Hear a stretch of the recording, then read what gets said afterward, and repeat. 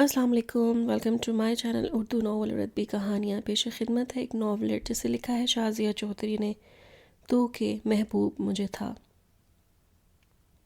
تانیہ تو جب سے خاور ولا آئی تھی مسلسل تجربات اور تجزیات کی ضد میں تھی۔ بقول سلیم کوثر کے یہاں منظر سے پس منظر تک حیرانی ہی حیرانی دیکھنے کو مل رہی تھی اسے۔ نہ یہاں کا ماحول سمجھ میں آتا تھا اور نہ یہاں کے مکینوں کا مزاج پلے پڑتا تھا۔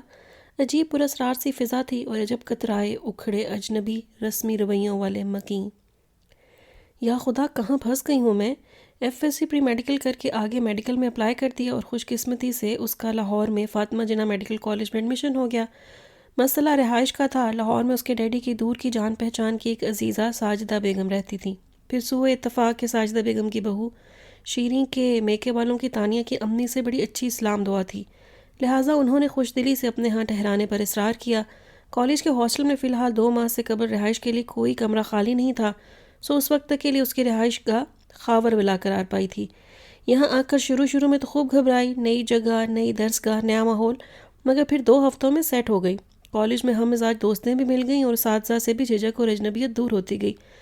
البتہ خاور ولا میں جتنا وقت گزارتی وہ قدر بے سکونی سے بے چینی ہی میں کٹتا تھا۔ یہ بات نہیں تھی کہ انفرادی طور پر ان کا رویہ اس کے ساتھ اچھا نہیں تھا، ہر شخص نے اپنی جگہ خوب آؤ بھگت کی تھی، اسے ذاتی طور پر کوئی تکلیف یا پرابلم نہیں تھی۔ جو چیز اس کے اعصاب پر کوڑے کی طرح برستی تھی وہ اہل خانہ کے سرد مہر انداز، خشک اور پرتکلف رسمی رویے اور ایک دوسرے سے بدگمانی اور کدورت کے جذبات تھے۔ ہر شخص اپنی جگہ ایک دوسرے سے بدگمان اور شوقی نظر آتا تھا، اور اس بدگمانی اور تنفر کا اصل منبع یا دوسرے لفظ میں وجہ تنازع اس گھر کے سربراہ خاور مغل کا سرد و سنگین اور سپاٹ رویہ تھا۔ ایک نظر دیکھنے میں بڑے گریسفل اور بردبار لگتے تھے، مگر ان کے چہرے سے برستا رعب، دبدبہ، سختی اور تندی ان کی شخصیت کو مد مقابل کے لیے بڑی ہیبت ناک، پرجلال اور درست مزاج بنا دیتی تھی۔ ان کی آنکھوں کا سرد مہر روکھا برفیلا تاثر جیسے رگوں میں دوڑتا خون منجمد کر دینے کا باعث بن جاتا تھا۔ ان کے اس سخت گیر اور چٹان صفت مزاج کی بدولت اماں جی یعنی ساجدہ بیگم تک اپنا اصل مدعا و منتہا پیش کرتے وقت گھبرا جایا کرتی تھیں۔ حالانکہ بظاہر وہ کہتے کسی کو بھی کچھ نہیں تھے، نہ چیخ چلا کر برہم مزاجی کا اظہار کرنے کی عادت تھی۔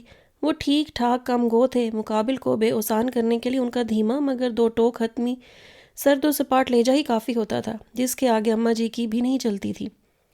گورننس کدھر ہے؟ بیبی نیند سے جاگ گئی ہے۔ 6 ماہ کی زینی کاٹ میں پڑی ہاتھ پاؤں مارتی ہوئی رونے کی تیاریوں میں تھی۔ خاور ڈریسنگ ٹیبل کے آگے سوٹڈ بوٹڈ ہو کر تیار کھڑے اپنا جائزہ لیتے ہوئے برش کر رہے تھے، تبھی ماں کو کھلے دروازے سے اندر داخل ہونے پر استفسار اور اطلاع کا کام انجام دیا۔ ادھر کاشی کا یونیفارم بدلوا رہی تھی، آتی ہی ہوگی۔ اماں جی کاٹ کی طرف بڑھیں۔ اس کی ماں کہاں چلی گئی؟ پرائی عورت پر چھوڑے ہوئے ہیں بچے؟ اتنی ننھی سی جان کو یوں بلکتا چھوڑ کر جانے والی ماؤں کے کلیجے جانے پتھر کے ہوتے ہوں گے۔ ہم سے تو ایسی سنگ دلی کا مظاہرہ نہیں ہوتا۔ وہ زینی کو گود میں لے کر تھپک رہی تھیں، ساتھ ساتھ بآواز بلند بڑبڑاہٹ بھی جاری تھی۔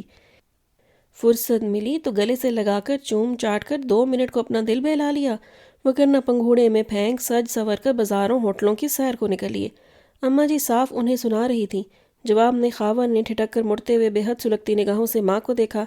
بحیثیت انسان ہر فرد کو اپنی مرضی سے آزادی سے جینے کا بنیادی حق حاصل ہے۔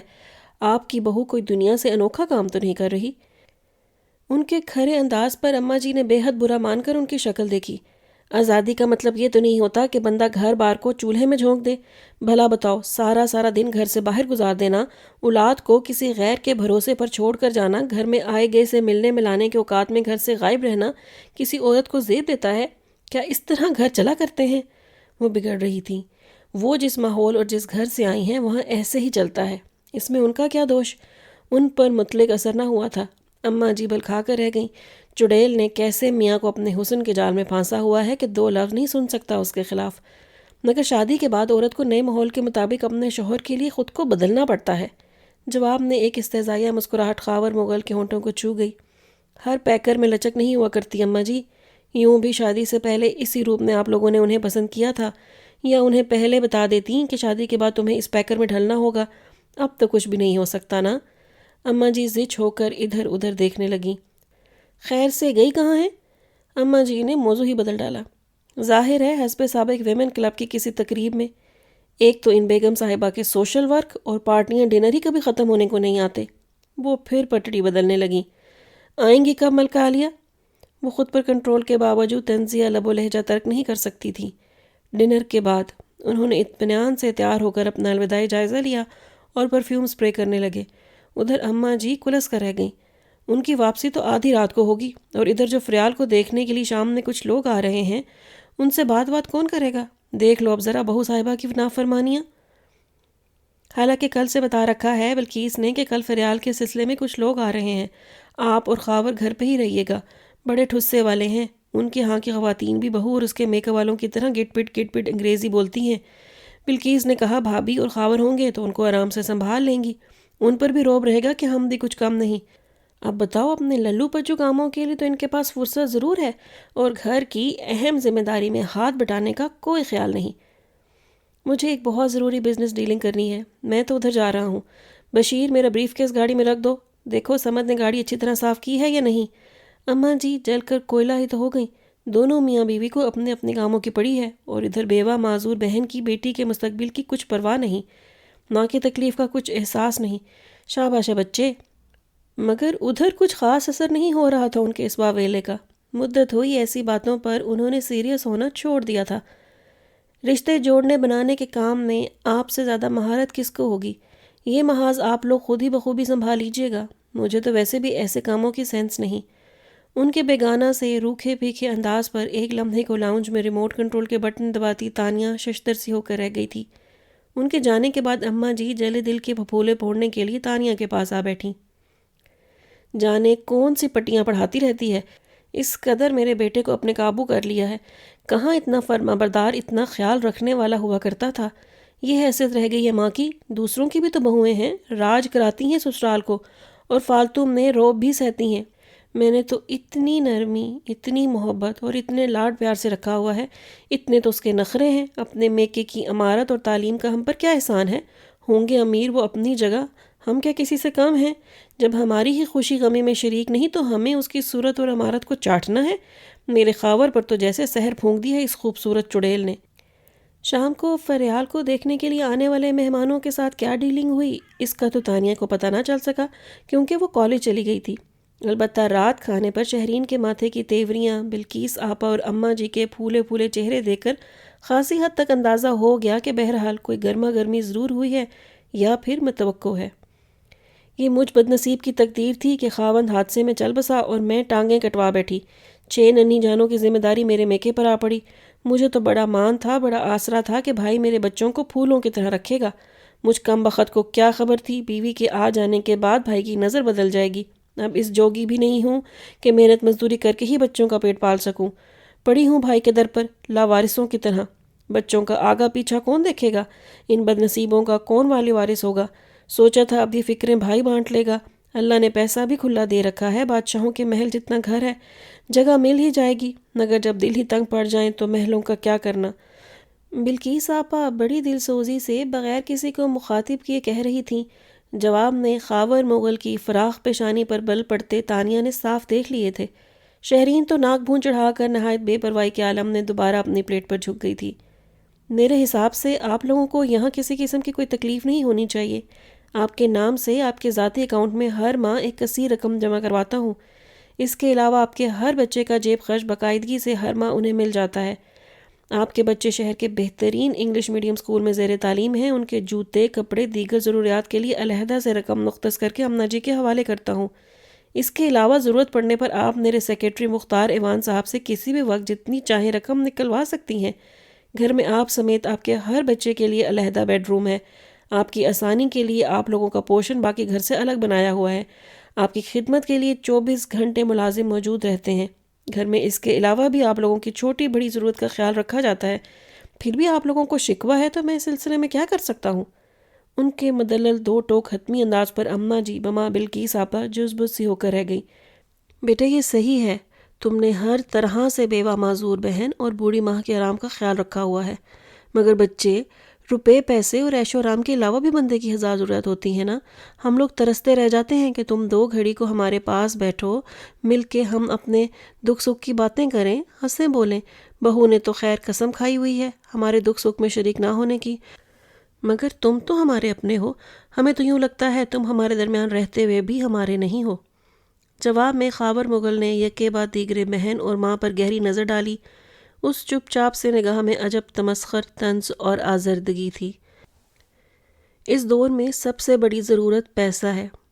پیسہ ہے تو اس سے من پسند کھانے کھائے جا سکتے ہیں، رقم ہاتھ میں ہے تو پورا بازار خریدا جا سکتا ہے، جیب گرم ہے تو بادشاہوں جیسا محل تعمیر کیا جا سکتا ہے۔ سب کچھ مایا ہی ہوتا ہے۔ آپ کے پاس پیسہ موجود ہے، اس سے جو جی چاہے خریدیں۔ مگر انسان کا نعم البدل پیسہ نہیں ہوا کرتا۔ اماں جی کو دلی رنج پہنچا تھا بیٹے کے جذبات سے آری انداز میں۔ اچھا، ان کی نظریں جیسے ماں کی نظروں میں پیوست ہو کر رہ گئی تھیں۔ یہ سب پرانے زمانے کے خیالات ہیں اماں جی۔ انسان چاہے تو پیسے کے بل پر انسان کو بھی خرید سکتا ہے، اس کے جذبات، اس کے دل کو تو نہیں خرید سکتا ہے نا۔ تانیہ کہنا چاہ رہی تھی مگر صورتحال کو دیکھتے ہوئے دل میں ہی دبا کر رہ گئی۔ یوں بھی وہ خاور مغل سے براہ راست کبھی مخاطب نہیں ہوئی تھی، اور سچی بات تو یہ تھی نہ ہی اس کی اتنی ہمت پڑی تھی۔ بہو، اگر تم تھوڑا سا وقت نکال کر آ جاتی، مہمانوں سے مل لیتی تو کیا حرج تھا؟ اماں جی اپنی مالدار، طرحدار، بے پناہ حسین بہو کو سیدھا سیدھا آڑے ہاتھوں تو نہیں لے سکتی تھیں، اسی لیے دبے دبے انداز میں اپنی خفگی جتا رہی تھیں۔ میں نے کوشش کی تھی آنٹی، مگر ٹائم نہیں ملا، وہ بظاہر نہایت رسانیت سے کہہ کر اٹھ گئی تھی۔ پھر رات کو تانیہ کے ساتھ باہر واک کرتے ہوئے اپنے دل کی بھڑاس نکالی۔ ہاں، میں کروں نا ان کی خاطرداریاں، پاسداریاں، جیسے مجھے تو پھولوں کی سیج پر بٹھایا ہوا ہے جادوگرنی نے۔ میرے شوہر کو قبضے میں کر رکھا ہے، اسے میرا ہونے ہی نہیں دیا۔ جب پھل کھانے ہی اپنے نصیب میں نہیں ہیں تو پتوں شاخوں کی دیکھ بھال کر لینے سے کیا حاصل؟ کیا مطلب بھابھی؟ وہ ہونک سی شہرین کو دیکھنے لگی۔ کیا خاور بھائی آپ کے ساتھ اچھے نہیں ہیں؟ ساجدہ آنٹی کا کہنا تو یہ ہے کہ آپ کی کشش نے خاور بھائی کے مزاج بدل دیے ہیں۔ تانیہ کو خاصا تعجب تھا۔ بڑھیا کے دماغ میں تو خناس بھرا ہے۔ شہرین چٹک چٹک گئی تھی۔ میاں میرا ہے اور ناز نخرے ماں بہن کے اٹھاتا ہے۔ ارے مجھے تو ایک ایسی ساتھ نصیب نہیں ہوئی ان 5 سالوں میں جس میں دل کو یہ یقین ہوا کہ خاور صرف اور صرف میرے ہیں۔ میرے تو وہ بنے ہی نہیں ہیں۔ جانے فطری جذبے کیسے قریب لے آئے جو کاشی اور زینی کی صورت میں میرے سونے آنگن میں 2 پھول کھیل گئے، ورنہ اس پتھر صفت بے حس انسان کے قریب میں شاید ساری عمر کے لیے پیاسی بیٹھی رہتی۔ تانیہ جیسے سناٹے میں آ گئی۔ شہرین کے چہرے پر بولتی نارسائی، تشنگی اور حسرت پکار پکار کر اس کے بیان کی تصدیق کر رہی تھی۔ تو بھابھی آپ خود کو بدل کر دیکھ لیں، ہو سکتا ہے آپ کا موجودہ روپ ان کی پسندیدگی کے معیار پر پورا نہ اترتا ہو۔ میرے پڑوس میں ایک آنٹی رہا کرتی ہیں تو بالکل ینگ، مگر میں انہیں شروع سے آنٹی ہی کہتی رہی ہوں، نمو آنٹی۔ وہ کہا کرتی ہیں تعلقات استوار کرنے کی پہلی سیڑھی شیئرنگ اینڈ کیئرنگ بیہیویئر ہوا کرتا ہے۔ آپ ان کو کھولیں، ان کے دل کی بات انہیں زبان پر لانے کا موقع دیں، پھر اس کے مطابق ان کے مطلوبہ روپ میں ڈھل جائیں۔ شہرین نے مرول سے انداز میں اس کے گلابی رخسار تھپکے۔ ارے تانیہ ڈیئر، تم نہیں جانتی، خاور مغل کا دل ایک ایسا بند قلعہ ہے جس میں داخل ہونے کے لیے کوئی رستہ نہیں ہے، کوئی دراڑ نہیں ہے جہاں سے اندر داخل ہوا جا سکے۔ اس کٹھور شخص کا دل جیتنا ناممکن ہے۔ میں ان 5 سالوں میں ہر باپ نہ چکی ہوں۔ ہو سکتا ہے وہ کسی سے، تانیہ نے جان بوجھ کر جملہ ادھورا چھوڑ کر شہرین کی طرف دیکھا۔ وہ مزمحل سے انداز میں مسکرا دی۔ ایسا بھی کچھ نہیں ہے، میں الف تا یہ اس کی ہسٹری پڑھ چکی ہوں، کھنگال چکی ہوں۔ اس نے ساری زندگی نہ کوئی دوست بنایا، نہ رازدار، بزنس اور صرف بزنس اہم ہے اس کے لیے، ہر شے سے بڑھ کر۔ میں نے اکثر اوقات خفیہ طریقے سے اس کی باہر کی سرگرمیوں پر نظر رکھی تھی، اس کی کالز، اس کے آفس کا ماحول، ہر شے چیک کر ڈالی، مگر کوئی سرا ہاتھ نہیں آیا۔ بھلا بتاؤ، جس شخص نے ساری عمر کسی مرد سے بھی دوستی نہ کی ہو، وہ عورت سے کیا تعلق رکھے گا؟ حتیٰ کہ امریکہ جیسے آزاد خیال ملک میں 2 سال گزارنے کے باوجود اس کے سرد پتھر جیسے دل کو جذبات کی آنچ نہیں پگھلا سکی۔ اب تو میں ہر طرف سے مایوس ہو چکی ہوں تانیہ۔ تانیہ الجھ سی گئی تھی۔ خاور مغل کی شخصیت اسے اول روز سے بڑی پراسرار اور پرددار سی لگتی تھی، یوں جیسے پرانے طرز کی بنی ہوئی کوئی خوبصورت سی آسیب زدہ حویلی ہو جسے دور سے دیکھ کر جسم و جام میں پھریری سے دوڑ جاتی ہو۔ وہ ان سے اچھا خاصا خائف رہتی تھی، اور اب تو مزید ہراساں سی ہو گئی تھی۔ ارے کہاں نکل رہی ہو تم؟ سائمہ اور راضیہ دونوں جڑوا تھیں اور میٹرک کے پیپرز دے کر ابھی فارغ ہوئی تھیں۔ شام کے اوقات میں خصوصی اہتمام سے تیار ہو کر بشیر کو گاڑی نکالنے کا کہہ رہی تھیں۔ جب ساجدہ بیگم نے پیچھے سے کھڑکدار آواز میں استفسار کیا، ان کی آنکھوں میں ناگواری اور غصہ تھا۔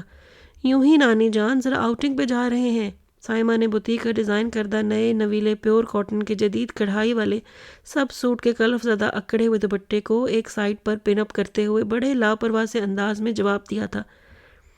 کون سی آؤٹنگ ہوتی ہے اس وقت؟ شام سر پر ہے اور جوان جہاں لڑکیاں اکیلی نکل رہی ہیں بند سور کر۔ چلو بیٹھو گھر آرام سے۔ ارے چھوڑیے بھی نانی جان، کیا دکیانوں سی باتیں کرتی ہیں؟ رازیہ نے اپنے باب کٹ بالوں کو مرر میں دیکھنے کے بعد نانی کے کندھوں کو ہلکا سا چھوا اور پھر بڑھ کر گاڑی میں بیٹھ گئی۔ ساجدہ بیگم تل ملا کر انہیں جاتا دیکھتی رہیں۔ دیکھ لو کس قدر خود سر ہے یہ اولاد تمہاری، نہ شرم نہ حیا، دیدوں کا پانی ہی ڈھل گیا ہے۔ ایک وہ لڑکا ہے اتھر، سارا دن بائک اڑاتا رہتا ہے۔ خبر جو ہے ماموں کے پاس تجوریاں بھری ہوئی ہیں، مفت کا پیسہ ہے سو برباد کر رہے ہیں۔ بڑی فریالی کو دیکھ لو، نوکری کی تو شور مچا دیا کہ مجھ سے صبح شام ٹیکسیوں ویگنوں پہ دھکے نہیں کھائے جاتے، اور ماموں سے فرمائش کر کر کے نئی سوزوکی کار لے لی۔ اب صبح سے نکل پڑتی ہے اور شام گئے سارا پیٹرول پھونک کر نوابوں کی طرح ٹھاٹ سے گھر واپس آتی ہے، نہ کوئی پوچھنے والا نہ بولنے والا۔ روک ٹوک اور پوچھ گچھ تو گھر کے مرد ہی کیا کرتے ہیں، یہاں ماموں کے پاس ٹائم نہیں ہے۔ شتر بے مہار نہیں ہوں گے تو اور کیا ہوں گے؟ نئے معذور مجھ سے کون ڈرے؟ ماموں نے کھلی چھٹی دے رکھی ہے سو بگڑیں گے نہیں تو اور کیا ہوگا؟ بلکیس آپا ماں کے واویلے پر سارا دوش بھائی کو دے رہی تھیں۔ اس کے پاس تو ایک ہی جواب ہوتا ہے، روپے پیسے کی، کھانے پینے کی، عیش آرام کی تنگی ہے تو مجھ سے کہیں، باقی باتوں کے لیے میں ذمہ دار نہیں ہوں۔ جانے وہ ایسا کیوں ہو گیا ہے؟ وہ تو بڑا لحاظ والا، بڑے احساس والا ہوا کرتا تھا۔ بلکیس آپا کو بھائی کے رویوں پر سخت ملال تھا۔ تانیہ بایو کی ڈائیگرام بناتے ہوئے چپ چاپ ان کی باتیں سن رہی تھی، اس کے ذہن میں ہلچل سی مچی ہوئی تھی۔ ارے جانو، چندہ میری، جلدی سے چپ ہو جاؤ، ابھی آیا آ رہی ہے۔ اون آن کرتی، ہاتھ پاؤں مارتی زینی کو دونوں ہاتھوں پر اٹھائے وہ لان میں ٹہل رہی تھی جب اندر سے خاور مغل نکل کر پورچ کی سمت بڑھتے نظر آئے۔ تانیہ نے ایک لہجہ کو اپنی توجہ زینی سے ہٹا کر ان کی جانب مبذول کی۔ سلور گرے 3 پیس سوٹ میں وہ نقصق سے تیار بڑی شان بے نیازی سے پراعتماد مضبوط چال چلتے ہوئے سفید کرولا تک آئے تھے۔ براؤنش بلیک گھنے بالوں کا گچھا بڑے سٹائلش انداز میں ان کی پیشانی پر پڑا ہوا تھا۔ نہ جانے کتنے دل تو اس گچھے میں اٹک گئے ہوں گے، اس نے بے خیالی کے عالم میں سوچا تھا۔ اس کے قریب سے گزرتے ہوئے کچھ سوچ کر وہ رک گئے۔ ہیلو بیبی، کیسی ہیں آپ؟ انہوں نے رسمن پوچھ لیا۔ فائن۔ وہ ان کی موجودگی میں ہمیشہ کی طرح گھبرا کر بوکھلا سی گئی تھی۔ اسٹڈی کیسی جا رہی ہے؟ انہوں نے یوں ہی پوچھ لیا۔ بایاں ہاتھ گاڑی کا لاک کھول رہا تھا۔ ٹھیک ٹھاک۔ تانیہ کو جانے کیوں محسوس ہو رہا تھا جیسے وہ بڑے الجھے سے ہوں۔ ان کی گہری بھوری آنکھوں میں عجیب سی سرخی چھلکتی محسوس ہو رہی تھی۔ وہ اس بابت پوچھنا چاہ رہی تھی مگر اتنی تاپ کہاں سے لاتی؟ Any problem? گاڑی میں بیٹھتے ہوئے انہوں نے اسی نارمل سے انداز میں اچٹتی سی نگاہ اس پر ڈال کر سوال کیا اور اس کے نفی میں سر ہلا دینے پر زن سے گاڑی نکال کر لے گئے۔ وہ زینی کو لوری دیتے ہوئے کتنی دیر ان کے بارے میں سوچتی رہی، یوں ہی بے دھیانی کے عالم میں ان کے رویوں کا تجزیہ کرتی رہی۔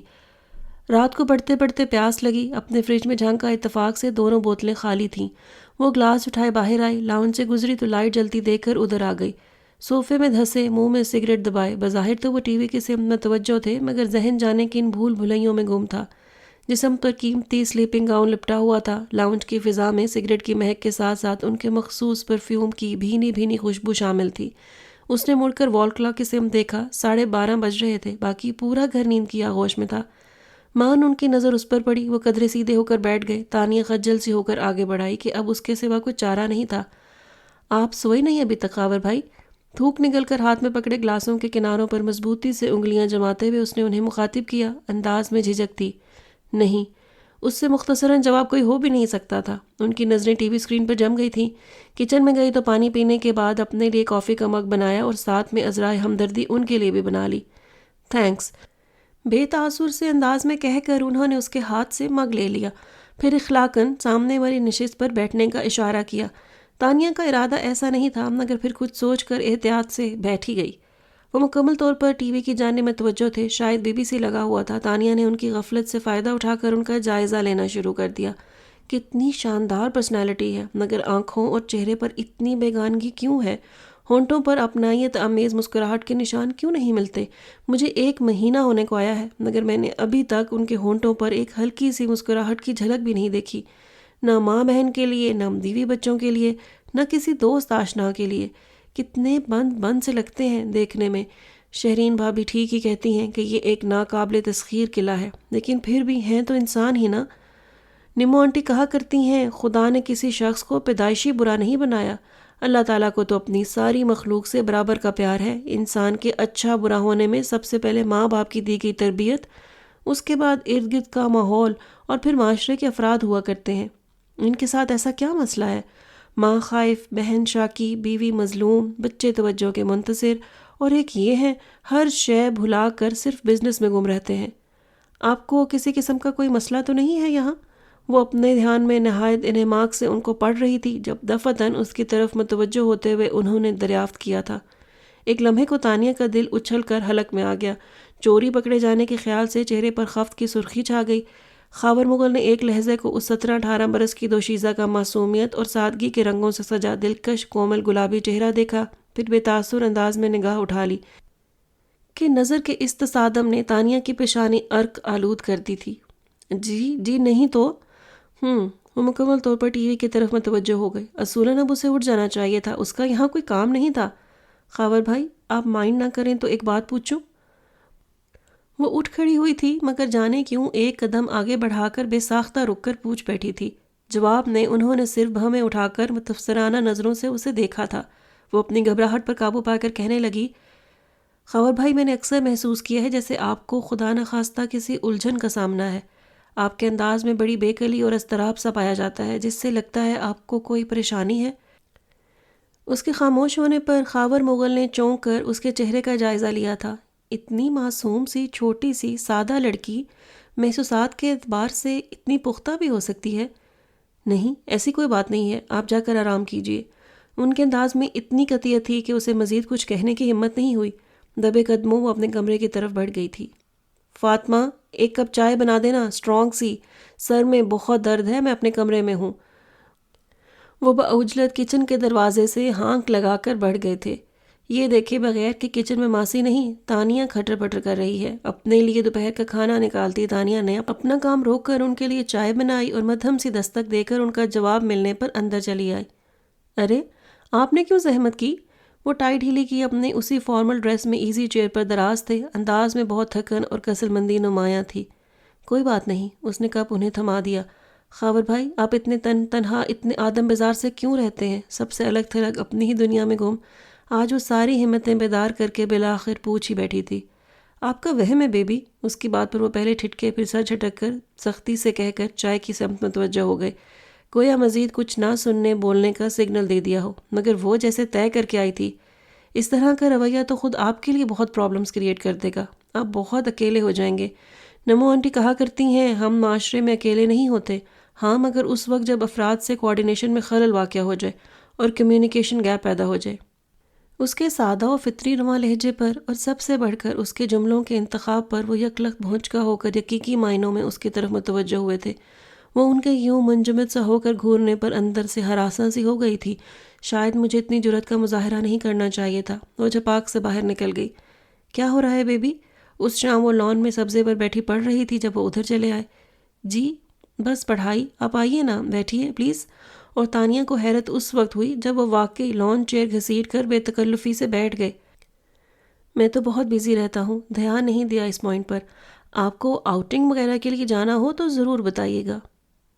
خاور بھائی اگر میں یہ کہوں کہ آپ اتنا بیزی رہتے نہیں ہیں جتنا کہ خود کو بیزی رکھتے ہیں تو؟ اس نے ان کی دوسری بات گویا سنی ہی نہیں تھی۔ وہ اس بار بڑے زبردست انداز میں چونکے تھے۔ تانیہ نے دل ہی دل میں اپنی کامیابی پر خود کو شاباش دی، گویا اس کا تکا درست نکلا تھا۔ آپ کی بات کیسے کہہ سکتی ہیں؟ ان کے پیشانی پر بے شک غصے اور ناگواری کے بل پڑے ہوئے تھے، مگر آنکھوں میں گردش کرتی پریشانی اور تعجب بہرحال تانیہ کی نظروں سے پوشیدہ نہیں رہ سکا تھا۔ اس کا اندھیرے میں چلایا گیا تیر نشانے پر جا لگا تھا۔ نمو آنٹی کہا کرتی ہیں جب کوئی شخص زمانے سے خائف ہوتا ہے تو بیگانگی اور غصے کا خول لپیٹ کر اپنی ذات کی بے ساختگی اور جذبات کی روانی کو محصور کر کے قلعہ بند ہو جاتا ہے۔ اس قلعے کو باہر سے دیکھنے والے اسے بڑا مضبوط اور ناقابل تسخیر سمجھتے ہیں، جبکہ جو بہادر ہمت کر کے اس کے اندر گھستا ہے وہ یہ دیکھ کر متحیر رہ جاتا ہے کہ آہنی قلعے کے اندر تو دراصل ریشم اور موم کے بنے بے بس خوابوں کے بے جان پتلے موجود ہوتے ہیں۔ آپ اتنی چھوٹی سے ہو کر اتنی بڑی اور مشکل باتیں کیسے کر لیتی ہیں؟ وہ حقیقتاً متحیر رہ گئے تھے۔ اس کا کریڈٹ نمو آنٹی کو جاتا ہے، انہی کا کہنا ہے کہ شیئر کر لینے سے دکھ آدھا رہ جاتا ہے۔ آپ کے ساتھ اگر کوئی پرابلم ہے تو اسے بتا کر دل کا بوجھ ہلکا کر لیں، شہرین بھابھی سے شیئر کر لیں، آنٹی یا آپا سے کہہ دیں، وگرنہ آپ پیچ در پیچ سوچوں کے جال میں الجھتے چلے جائیں گے۔ اس نے بڑے خلوص سے انہیں مشورہ دیا تھا، جس پر جانے انہوں نے عمل درآمد کا سوچا یا نہیں، البتہ یہ ہوا کہ ان کا رویہ اس کے ساتھ بڑا اپنائیت آمیز اور کسی حد تک دوستانہ ہوتا چلا گیا۔ وہ غیر محسوس انداز میں اس کی سرگرمیوں میں، اس کی فرصت کے اوقات میں دلچسپی رکھنے لگے تھے۔ ان کے چہرے پر چھائی سختی اور بیگانگی کا نقاب اس کی موجودگی میں غیر ارادی طور پر سرک جایا کرتا تھا۔ حیرت تو اسے اس وقت ہوتی تھی جب اس نے انہیں تو کہ محبوب مجھے تھا، مجھے معلوم ہے یہ دھیرے دھیرے گنگناتے سنا۔ ایک ہی مصرع آنکھیں بند کیے بڑے جذب کے عالم میں وہ اپنی ہی ترتیب دی گئی دھن میں گنگنا رہے تھے، اور پھر اسے حیرت اس وقت ہوئی جب ایک دن کشور ناہید کی بے نام مسافت سے ایک نظم منتخب کر کے اسے سنانے لگے۔ آگ اور برف کے درمیان پگھلے لاوے کی صورت، یہ آنکھیں جو دل کی کہی انکہی ہوتے دیکھیں، برس لیں تو اچھا ہی ہو۔ نمائش کی تحریر سے زندگی کی روایت نبھاتے بہت عمر گزری، بہت حوصلوں کی شکستوں کو پندار نے خاموشی کے کفن میں لپیٹا۔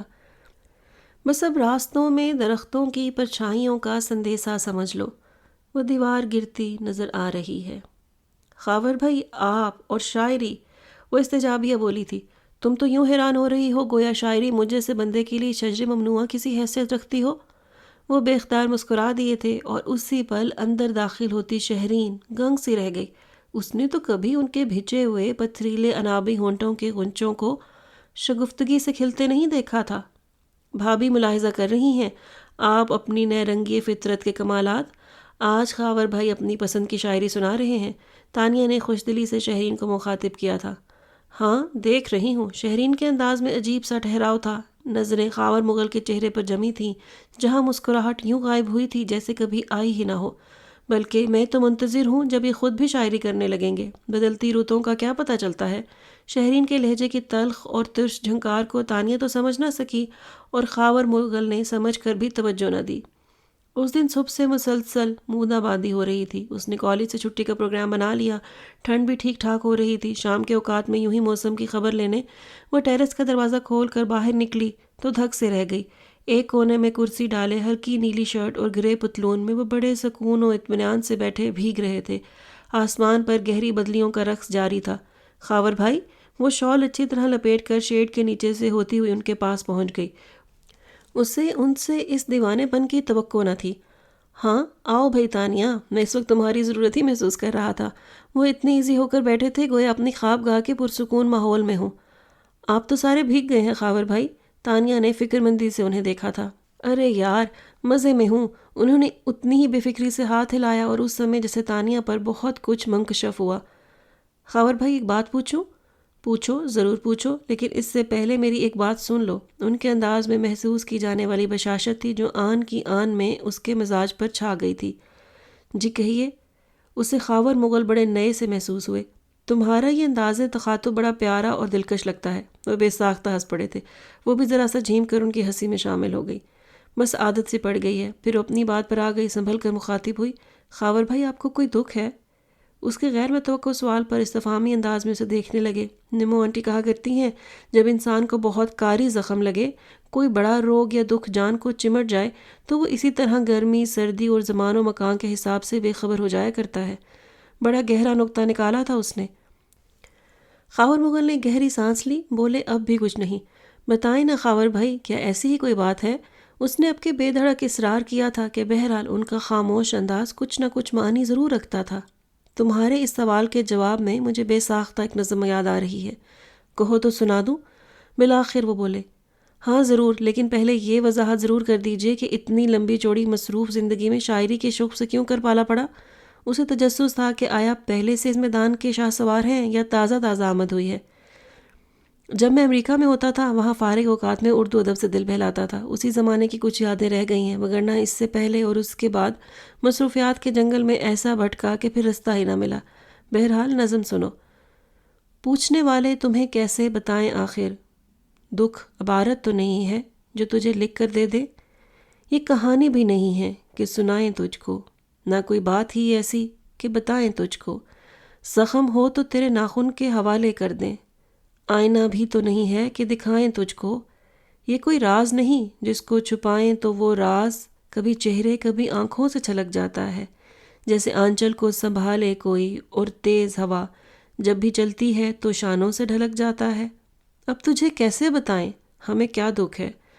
ان کے پرسوز دلکش لب و لہجے کے زیر و بم نے وہ خود کو ڈوبتا محسوس کر رہی تھی۔ نظم سنا کر وہ چپ چاپ سامنے خلا میں تکنے لگے تھے، جبکہ وہ ہنوز اس کے سحر میں گم تھی۔ تو آپ ادھر ہیں؟ اسی لمحے شہرین ادھر آئی تھی۔ اس کے لہجے اور چہرے پر کچھ تھا جس نے تانیہ کو نہ چاہتے ہوئے بھی شرمندہ سا کر دیا۔ اور ادھر آپ کا موبائل کمرے میں بج بج کر تھک گیا۔ وہ خاور سے ہی مخاطب تھی۔ خاور مغل نے ایک لفظ کہے بغیر موبائل ہاتھ میں تھام لیا۔ تانیہ نے جانے کی غرض سے قدم آگے بڑھائے۔ اسی لمحے انہوں نے ماؤتھ پیس پر ہاتھ رکھ کر اسے پکارا، ایک منٹ تانیہ، تم یوں کرو، ڈریس چینج کر کے نیچے آؤ، میں بھی چینج کر کے آتا ہوں، باہر چلتے ہیں لانگ ڈرائیو پر، واپسی پر آئس کریم کھائیں گے، ٹھیک؟ وہ کہہ کر پھر فون کی سمت متوجہ ہو گئے تھے۔ چلیے بھابھی آپ بھی تیار ہو جائیں، اکٹھے چلتے ہیں، مزہ رہے گا، اس نے سیڑھیاں اترتی شہرین کو مخاطب کر کے ایکسائٹڈ ہوتے ہوئے کہا۔ نہیں بھائی، دعوت تمہیں ملی ہے لانگ ڈرائیو اور آئس کریم کھانے کی، تم ہی جاؤ، میرے ساتھ تو ایسا واقعہ کبھی نہیں ہوا۔ شہرین کے کڑوے کثیر تلخ انداز میں کیا تھا؟ بدگمانی، تمسخر، طنز، جلاپا۔ اس کے لہجے کی کاٹ نے تانیہ کو چند ساتھ کے لیے گمسم سا کر دیا۔ بہرحال بچی تو نہیں تھی جو شہرین کے حاسدانہ تیور نہ سمجھ سکتی۔ اس کا خاور مغل کے ساتھ یوں اتنے حسین موسم میں تنہا گھومنا پھرنا یقیناً بیوی ہونے کے ناطے اسے شوق ہی گزرنا چاہیے تھا۔ یہی سوچ کر تانیہ نے ٹال مٹول بھی کرنا چاہی، مگر خاور مغل نے ایک نہ سنی۔ وہ بڑی ترنگ میں نظر آ رہے تھے ڈرائیو کرتے ہوئے۔ تانیہ ان کے مزاج کے بدلتے موسموں کو سمجھنے میں جب قطعی ناکام رہی تو بالآخر ان سے الجھ بیٹھی۔ خاور بھائی، یہ آپ کو بیٹھے بٹھائے کیا ہو جاتا ہے؟ آپ کے مزاج میں اتنا تنوع کیوں ہے؟ کبھی کچھ کبھی کچھ۔ نمو آنٹی کہا کرتی ہیں مزاج میں اس قسم کی بے ربطی اور بے ترتیبی اس صورت میں آیا کرتی ہے جب دل میں سکون نہ ہو۔ کیا ایسا تو نہیں کہ آپ اپنا سکون قرار کہیں لٹا بیٹھے ہیں؟ جواب میں اس نے ان کے پتھر چہرے پر دکھ کی عجیب سی دراڑیں پھوٹتی محسوس کیں۔ ان کا چہرہ ایک لمحے کو پھیکا سا پڑ گیا۔ کہیں ایسا تو نہیں کہ آپ جذبات کی شدتوں کو چھو آئے ہیں عمر کے کسی حصے میں؟ وہ بغور انہیں دیکھ رہی تھی، کیونکہ نمو آنٹی کہتی ہیں شدتوں کے موسم میں بھیگنے کے بعد انسان کے مزاج میں یا تو خزاں کی زرد بے رنگی چھا جاتی ہے یا تلخیوں کی سیاہی مزاج کو وحشت ادا کر دیتی ہے۔ وہ اب کے عجیب متاسف و ملول انداز میں مسکرائے، پھر گویا ہوئے۔ تمام عمر جیے اور کچھ نہ کر پائے، کسی کے ہو کے رہے اور نہ اپنا کر پائے۔ زمانہ اس کے حوالے سے یاد کرتا ہے کہ جس سے اپنے ستارے کبھی نہ مل پائے۔ خاور بھائی، وہ ایک لمحے کو سناٹے میں رہ گئی۔ تو اس کا وہمہ درست نکلا۔ یہی بات تھی جس تک شہرین کی رسائی نہ ہو سکی تھی، جسے شہرین ناممکن میں شمار کرتی تھی۔ تانیہ نے گہرے دکھ کے احساس سے لبریز ہو کر ان کی سمت دیکھا۔ ان کی آنکھوں کی وحشت، ان کے چہرے پر چھائی یاسیت، تشناکامی اور لب و لہجے کی تھکن اس بات کی شاہد تھی کہ مزاج کی یہ بیکلی یوں ہی بے سبب نہیں تھی۔ وہ کون تھی خاور بھائی؟ تانیہ کے دل میں خاور مغل کے لیے بہت سی ہمدردی جمع ہو گئی تھی۔ ایک چراغ منزل۔ انہوں نے تھکے تھکے انداز میں گاڑی ایک نسبتاً سنسان سڑک کے کنارے روک لی اور کھڑکی کے شیشوں سے باہر کے مناظر دیکھنے لگے۔ آپ کو کہاں ملی تھی؟ ایسے ہی برستے موسم میں پہلی بار ملاقات ہوئی تھی، اور اس وقت وہم و گمان میں بھی نہ تھا کہ وہ دل کی مکین بن جائے گی۔ کلاس فیلو تھی کوئی؟ وہ بڑے سبھاؤ سے زخموں سے کنکر چننے کا کام سر انجام دے رہی تھی۔ نہیں۔ کوئی رشتہ دار؟ نہیں، اس سے اس قسم کا کوئی ربط استوار نہیں تھا۔ بابا مرحوم کے کسی جاننے والے کی اکلوتی اولاد تھی۔ ماں باپ دونوں ابوظہبی میں تھے۔ وہ ہمارے ہاں آئی تھی تعلیم مکمل کرنے کے لیے۔ پنجاب یونیورسٹی سے ایم.اے معاشیات کر رہی تھی، ہاسٹل میں ہی رہتی تھی، ہمارے ہاں ویکینڈ پر آتی تھی۔ اس کے گارجین تھے ہم لوگ یہاں، اور اس کا پورے پاکستان میں کوئی نہیں تھا۔ وہ سحر زدہ کیفیت میں اس کے سوالوں کے جواب دے رہے تھے۔ کیا آپ نے پہلی نظر میں اسے پسند کر لیا تھا؟ نہیں، مجھے تو بہت عرصے بعد معلوم ہوا کہ اس میں کوئی شے ایسی بھی ہے جسے پسند کیا جا سکتا ہے۔ شروع میں تو میں شدید خائف رہا کرتا تھا اس کے وجود سے۔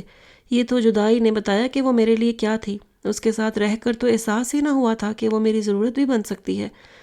یوں بھی جب تک پیٹ بھر کر کھانے کو ملتا رہے فاقے کی کیفیت سے آشنائی کیسے ہو سکتی ہے؟ جب تک اس کی ذات کا چشمہ میسر رہا میں سراب ہوتا رہا، تب تک احساس کی جدت پاس بھی نہ بٹکی۔ جب سوتے خشک ہو گئے، جب خیمے اکھڑنے لگے تو احساس ہوا وہ تو چشمہ آب حیات تھا، مگر بہت دیر ہو چکی تھی۔ کیا چیز آپ کے درمیان حائل ہو گئی تھی؟ میری بزدلی۔ انہوں نے بڑی فراخ دلی سے تسلیم کر لیا تھا۔ بزدل اور آپ؟ تانیہ نے ان کے لمبے چوڑے باروب دبنگ وجود کو دیکھتے ہوئے بے یقینی کے عالم میں کہا۔ ہاں، مصلحتوں کی آڑ لینے والا بزدل ہی ہوا کرتا ہے۔ انہوں نے اس کی آنکھوں میں جھانکا۔ کیا وہ بھی آپ کو پسند کرتی تھی؟ اور کیا آپ نے کبھی اسے اظہار کیا؟ اس پر تہہ تک پہنچنے کی عجلت سوار تھی۔ وہ مجروح سی ہنسی ہنس دیے۔ ایسا کچھ ہمارے درمیان آیا ہی نہیں۔ تم کیا سمجھ رہی ہو؟ یہ روایتی عشق و محبت کی داستان ہے۔ ارے بھائی، اگر ایسا ہوا ہوتا تو غم کاہے کا تھا؟ کیوں اتنے برس ایک ہی روگ پالتا رہتا اپنے اندر؟ بھلا نہ دیا ہوتا سب کچھ؟ کیا وہ بہت حسین تھی؟ اسے بڑا اشتیاق ہو رہا تھا اس نادیدہ ہستی کے متعلق جاننے کا جس نے خاور مغل جیسی مضبوط چٹان کو پانی کر دیا تھا۔ یہی تو سارا رونا ہے بی بی۔ ان کے انداز پر وہ خاک بھی نہ سمجھی۔ کیا اس نے کبھی آپ سے اپنی چاہت کا اظہار کیا؟ وہ دھیرے سے ہنس دیے۔ آخر ہو نا ٹین ایجر، بچکانہ رومانٹک آئیڈیاز ہی آئیں گے ذہن میں۔ ارے بھائی، حقیقی زندگی میں شعوری کیفیت میں ایسا کچھ نہیں ہوا کرتا۔ اچھا، میں تمہاری تسلی کے لیے تمہیں اس کی کچھ تصویریں دکھاتا ہوں۔ میں جب امریکہ ہوتا تھا تو اس دوران اس نے بھیجی تھی۔ یہ مجھے اتنی عزیز ہیں کہ ہر دم اپنے ساتھ رکھتا ہوں۔ انہوں نے پچھلی سیٹ پر پڑا اپنا بریف کیس تھاما، لاک کھول کر اس کے خفیہ خانے سے چند کاغذات نکالے اور اس کی گود میں ڈال دیے۔ تانیہ نے احتیاط سے کاغذ کی تہہ کھولی۔ موتیوں کی سی لکھائی میں سفید براق ورق کے عین وسط میں درج تھا: عزیزم خاور، یہ مانتا ہوں بہت رات ہے، اندھیرا ہے، گھٹن بھی ایسی کہ جس کی کوئی مثال نہیں، مگر تم حوصلہ اور ہمتیں جمع رکھو۔ اب اس قدر بھی پریشانیوں سے کیا حاصل؟ کہاں کہاں تیرا رب ذوالجلال نہیں، فقط ایک خیر اندیش۔ اس نے استعجاب کے عالم میں دوسرا ورق کھولا۔ یہ کسی اور تاریخ کا تھا مگر سٹائل وہی تھا: عزیزم خاور، ہزار سانحے پردیس میں گزرتے ہیں، جو ہو سکے تو کبھی ہم سے رابطہ رکھنا، فقط ایک خیر اندیش۔ اس نے تیسرا خط کھولا: عزیزم خاور، شاخیں رہیں تو پھول بھی پتے بھی آئیں گے، یہ دن اگر برے ہیں تو اچھے بھی آئیں گے، فقط ایک خیر اندیش۔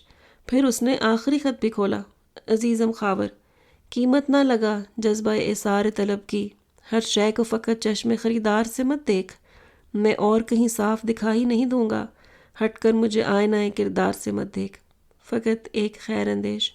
یہ اس کا آخری خط تھا جو جانے سے پہلے وہ میرے بیڈ روم میں ٹیبل پر چھوڑ گئی تھی اور پھر کبھی پلٹ کر واپس نہیں آئی۔ وہ کون تھی خاور بھائی؟ ایسی انوکھی، ایسی ہمدرد، اتنے اعلیٰ ظرف والی؟ تانیہ نے بغیر اس سے ملے ہی اس کی تحریر کی خوشبو سے اس کے مزاج کا پتہ لگا لیا تھا۔ میں بھی آج تک ورطۂ حیرت میں ہوں کہ ستارہ شام بن کے آیا، برنگ موج سحر گیا، وہ عجیب مانوس اجنبی تھا، ہمیں تو حیران کر گیا وہ۔ اس کی ذات کا بھید پوری داستان سن کر ہی پا سکو گی۔ اسی قصہ عجائب کو سنانے کے لیے تمہیں ساتھ لایا ہوں کہ تم نے بڑے غیر محسوس انداز میں مجھے پرت در پرت کھلنے پر مجبور کر دیا ہے۔ اس گھٹن نے تو میرے حساب تک کو سن کر کے رکھ دیا ہے۔ میں اپنی ذات کی قید میں محصور ہو کر رہ گیا ہوں۔ ان سب لوگوں کو مصنوعی خون لگا کر زخم دکھانے کی عادت ہے، اور میں نے اپنے وجود کے اندر پڑے اتنے بڑے گھاؤ کو بے اعتنائی اور رکھائی کے پیرہن میں چھپا رکھا ہے۔ اپنوں کے لگائے گئے زخموں کا مرہم بازار کی دکانوں پر دستیاب نہیں ہوتا۔ یہ تمہیں پتہ ہے تانیہ، یہ ٹھاٹ بھاٹ، یہ عیش و عشرت، یہ تعیش، ان سے کچھ برس پہلے تک یہ سب لوگ قطعی ناآشنا تھے۔ انہوں نے خواب میں بھی ایسے آرام نہ دیکھے تھے۔ ہم بہت معمولی سی حیثیت کے مالک ہوا کرتے تھے۔ تم یقین کرو گی، ہمارے پورے گھر کا خرچہ میری کل تنخواہ 5200 روپے سے چلا کرتا تھا۔ وہ انکشافات پر انکشافات کرتے چلے جا رہے تھے۔ ایسے نہیں خاور بھائی، ترتیب سے بتائیے سارے واقعات، اس نے بیچ میں ٹوک دیا تھا۔ میرے بابا اور اماں جی کا تعلق سرحد کے ایک پسماندہ گاؤں سے تھا۔ دونوں کے قبیلے بھی مختلف تھے مگر شمع محبت ایک ساتھ دونوں کے دلوں میں جل اٹھی تھی۔ قبیلے کے سرداروں نے اس بندھن کو ناممکن قرار دیا تو دونوں بھاگ کر پنجاب آ گئے اور شادی کر لی۔ پڑھائی لکھائی کا رواج تو ان کے قبیلوں میں نہ تھا، سو دوڑ دھوپ کر کے بابا ایک فیکٹری میں ملازم ہو گئے۔ تنگی ترشی سے ہی صحیح زندگی کے دن بیت گئے۔ سب سے بڑی بلقیس آپا کی شادی بابا نے اپنی زندگی میں ہی کر دی تھی۔ مجھے پڑھانے کا انہیں بہت شوق تھا، سو پیٹ کاٹ کر بھی انہوں نے اپنا اور میرا بھی تعلیم کا یہ شوق پورا کیا۔ مجھ سے چھوٹی نفیس کی بات بھی اپنے جیسے سفید پوش لوگوں میں طے ہو گئی۔ نفیس سے چھوٹا عمر بھی پڑھ رہا تھا۔ عمر اور بلقیس آپا کی سب سے بڑی اولاد فریال دونوں ہم عمر ہی تھے۔ میں نے ابھی MBA مکمل نہیں کیا تھا جب بابا جان کا انتقال ہو گیا۔ میں پہلے بھی ٹیوشنز کر کے اپنا خرچہ پورا کرتا تھا، اب گھر کا بھی چلانے لگا۔ تقدیر کا چکر کے کچھ عرصے بعد بلقیس آپا اور ان کے خاوند کا ایکسیڈنٹ ہو گیا۔ ان کے شوہر تو موقع پر ہی جان سے ہاتھ دھو بیٹھے اور بلقیس آپا ایک ٹانگ سے معذور ہو گئیں۔ اس وقت ان کی سب سے بڑی اولاد فریال میٹرک میں تھی اور سب سے چھوٹا بیٹا دانش ابھی فقط 3 سال کا تھا۔ فریال سے چھوٹا اظہر 8ویں میں تھا، پھر راضیہ اور سائمہ، اور ان سے چھوٹی تانیہ، پورے کنبے کا بوجھ مجھ پر آن پڑا۔ MBA کر کے کچھ خواری کے بعد ایک پرائیویٹ فرم میں نوکری تو مل گئی، مگر فقط 5,000 سے گھر کا خرچ چلانا جوئے شیر لانے کے مترادف ہوتا تھا۔ فلیٹ کرائے کا تھا، پھر بجلی، پانی، سوئی گیس کا بل، عمر کی پڑھائی کا خرچہ، آپا کے سارے بچوں کی پڑھائی اور کھانے پینے کا انتظام، نفیس کی شادی کے لیے جہیز کا مسئلہ، آپا کی بیماری کا خرچہ، ہر طرف سے مسائل کے انبار نے مجھے وقت سے پہلے بہت کچھ سکھا پڑھا دیا۔ مزاج میں خود بخود کھردرا پن اور کم گوئی رچ بس گئی۔ انہی دنوں نیما صدیقی کی آمد کا غلغلہ اٹھا جس نے مجھے مزید تپا دیا۔ پتہ چلا موصوفہ بابا جان مرحوم کی فیکٹری کے مالک کی بیٹی تھیں۔ کچھ عرصہ پہلے صدیقی صاحب کاروبار سمیٹ کر فیملی سمیت ابوظہبی چلے گئے تھے، وہیں طویل عرصے تک رہائش رہی۔ کبھی پاکستان آنا ہوا تو بابا جان سے ضرور ملتے۔ بابا جان ان کے بڑے وفادار اور جانثار قسم کے ملازم تھے۔ ان کی بیٹی کو لاہور سے M.A کرنا تھا، یہاں رہائش ہاسٹل میں قرار پائی تھی۔ چونکہ ان کا پاکستان میں اور کوئی خاص جان پہچان اور بھروسے والا بندہ نہیں تھا، اس لیے انہوں نے خط لکھ کر ہم نے نامزد کیا تھا۔ نئی خبر سن کر جی بھر کر غصے ہوا تھا، البتہ اماں اور آپا کا جوش و خروش دیکھنے کے قابل تھا۔ کہاں ہمارے یہ 3 کمروں کا تنگ و تاریک فلیٹ، کہاں ان کی نازوں پلی بیٹی، کہاں رکھیں گے اسے؟ اماں خام خواہ کی مصیبت کیوں مول لیں؟ آپ کو نہیں خبر یہ امیر کبیر شہزادیاں تو ایسی جگہوں پر حبس کا شکار ہو کر رہ جاتی ہیں۔ آپ لکھ دیجئے معذرت انہیں۔ لو بھلا ایسے ہی لکھ دوں؟ اماں بگڑی، مہمان تو خدا کی رحمت ہوا کرتے ہیں، بڑے احسانات ہیں سیٹھ صاحب کے تمہارے بابا پر، بڑا بھروسہ کرتے تھے وہ، کبھی اپنے رتبے کا احساس نہیں دلایا، ہمیشہ نرمی اور محبت سے پیش آئے۔ ہم ان کے احسانات کا بدلہ چکانے کے اہل نہیں ہیں، آپ مطلع کر دیجئے انہیں۔ میں چڑ سا گیا تھا، مگر ادھر کس کو پرواہ تھی؟ سارے گھر میں خوشگوار سی ہلچل مچی ہوئی تھی۔ آپا، فریال اور نفیس کے سر تھیں جن کے ذمہ پورے گھر کی صفائی اور اثر نو آرائش تھی۔ سامان ادھر سے ادھر کرنے میں عمر اور اطہر لوگ بھی پیش تھے۔ اس کی آمد کے دن اماں جی نے خصوصی طور پر اپنے ہاتھ سے مزے کی ڈشز بنائیں۔ اللہ کا واسطہ ہے اماں، یہ ڈھکوسلے رہنے دیں، ہم جب اس سے اپنی حیثیت نہیں چھپا سکتے تو خام خواہ مصنوعی تکلف کی فضا قائم کر کے مقابلہ کرنے سے کیا حاصل؟ اماں میرے کڑوے کسیلے لہجے پر شدت سے برا مان گئی۔ لڑکے، مجھے تو تیری کوئی کل سیدھی ہی نہیں لگتی، نہ وہ کون سا تیرے کندھے پر سوار ہونے کو آ رہی ہے جو مرچیں چبا رہا ہے۔ چند دن رہے گی پھر ہاسٹل چلی جائے گی، کہیں جمعے کے جمعے آیا کرے گی، ہم سے اس نے کیا لینا دینا۔ اچھا اب چلو جاؤ، اس کی فلائٹ کا ٹائم ہونے والا ہے۔ پہلے یہاں کم مصائب تھے جو یہ بھی۔ میں بڑبڑاتا ہوا گھر کی واحد سواری سیکنڈ ہینڈ موٹر بائک کی چابیاں تلاش کرنے لگا۔ اے بائک پر لینے جاؤ گے اسے؟ اماں نے حیرت سے مجھے دیکھا تو میں بھنا سا گیا۔ اور کیا شہزادی عالیہ کے لیے شاہی بگھی کا اہتمام کروں؟ ارے کیوں ناراض ہو رہے ہو؟ میں تو یہ کہہ رہی ہوں باہر چھاجو می برس رہا ہے، ایسے میں بائک پر کیسے جاؤ گے؟ اف اللہ، گویا ٹیکسی کے کرائے میں بجٹ پھر خراب ہوگا۔ میں نے دل ہی دل میں کبیدہ خاطر سا ہو کر ٹھنڈی سانس لیتے ہوئے چابی رکھ دی۔ ایئرپورٹ پر جب میں نے اسے دیکھا تو ایک لمحے کو بالکل بت سا بن گیا۔ میرے تصور کے برعکس وہ نہایت سادہ اور عام سی شکل و صورت والی تھی۔ اس کے سراپے میں مجموعی طور پر کشش تھی، مگر انداز میں امیر ذاتیوں جیسی کوئی جھلک بھی نہ تھی۔ 3 کمروں پر مشتمل اس چھوٹے سے افراد سے کھچا کھچ بھرے فلیٹ میں وہ اہل خانہ کے ہمراہ یوں آرام سے پاؤں پسارے بیٹھی باتیں بنا رہی تھی جیسے ازل سے ہی ان کے بیچ رہتی آئی ہو۔ یہ تو نہایت سیدھی اور اللہ لوگ قسم کی بچی ہے۔ تیسرے دن جب وہ سامان سمیٹ کر ہاسٹل شفٹ ہو گئی تو اماں جی نے ذاتی رائے دے کر نئے موضوع کا آغاز کیا۔ صحیح کہتی اماں، مگر نہ ہم نے تو سوچا تھا اتنی پڑھی لکھی ہے، امین ماں باپ کی اکلوتی لاڈلی اولاد ہے، نخروں کے تو ٹوکرے ہمراہ لائے گی۔ بلکیس آپا بھی اس کی تعریف میں رد باللسان تھی۔ اتنی سادگی سے آلتی پالتی مار کر ہمارے ساتھ دسترخوان پر بیٹھ کر کھا رہی تھیں جیسے ہم ہمیشہ سے ایسے ہی کھاتی رہی ہوں۔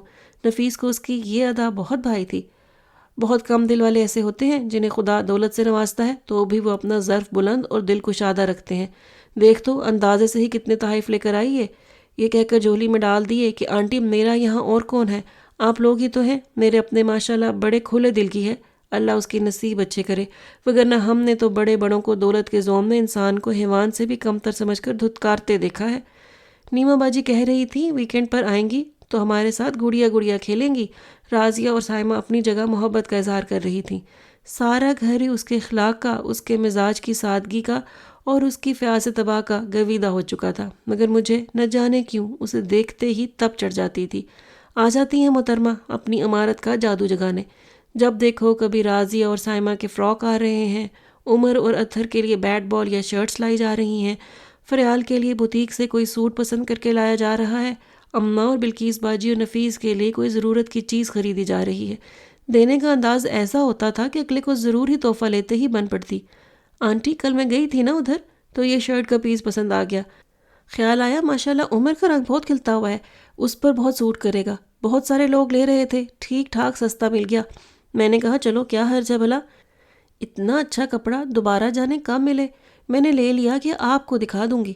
بلکیس آپا اور اماں جی رسمن کہتی، ارے نہیں چندا، تم کیوں تکلیف کرتی ہو، یہ بہت زیادہ ہے۔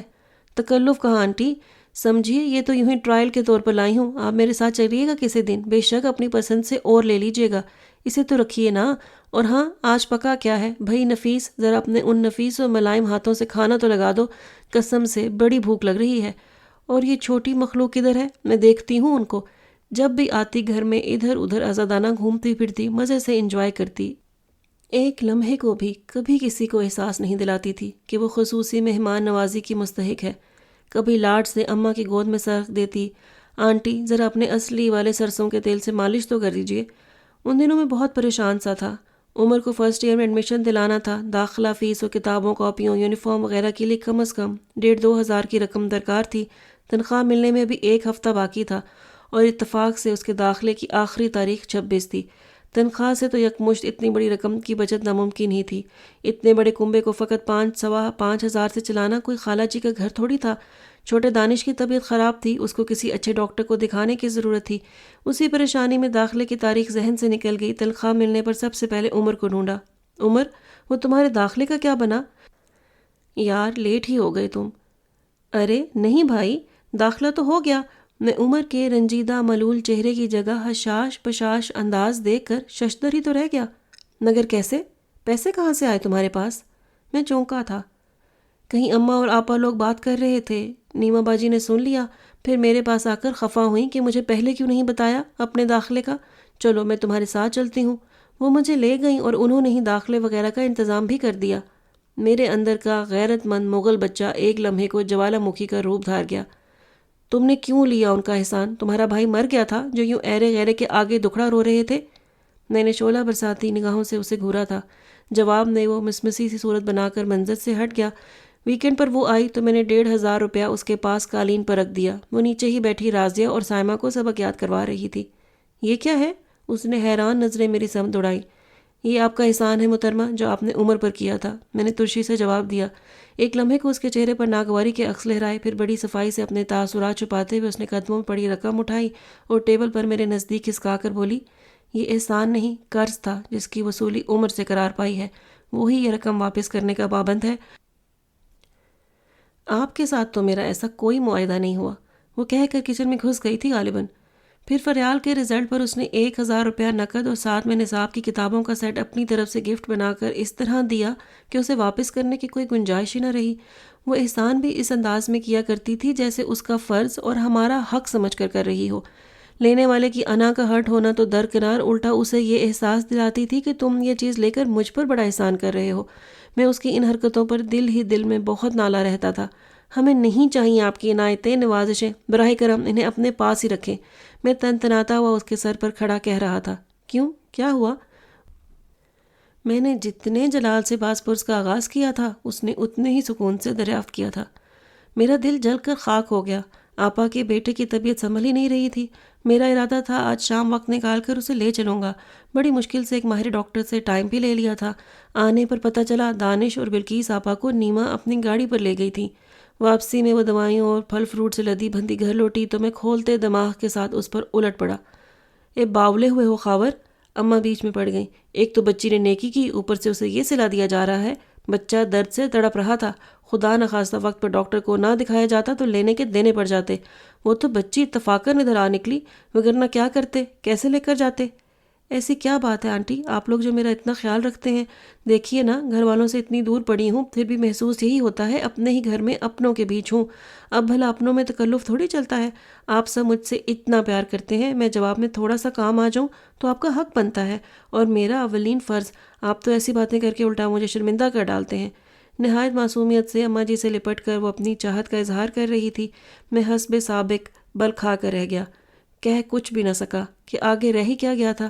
کہنے کو وہ یوں ہی غیر محسوس انداز میں گھر کا خیال رکھتی تھی. کبھی مجھے خبر ہی نہ ہوتی کس طرح گھر میں چینی، گھی، آٹا آ جاتا، کسی بچے کی اسکول کی فیس دے دی جاتی، مختلف تہواروں کی مناسبت سے تحفے کے بہانے بچوں کی پہننے اوڑھنے کی ضروریات پوری ہو جاتی، اور اس قدر پلاننگ کے ساتھ وہ اس مدد کو اپنے فرائض میں شمار کر کے شرمندہ شرمندہ سی ہو کر پیش کرتی، گویا اگلے کے حق میں کچھ کم ہی دیا ہو.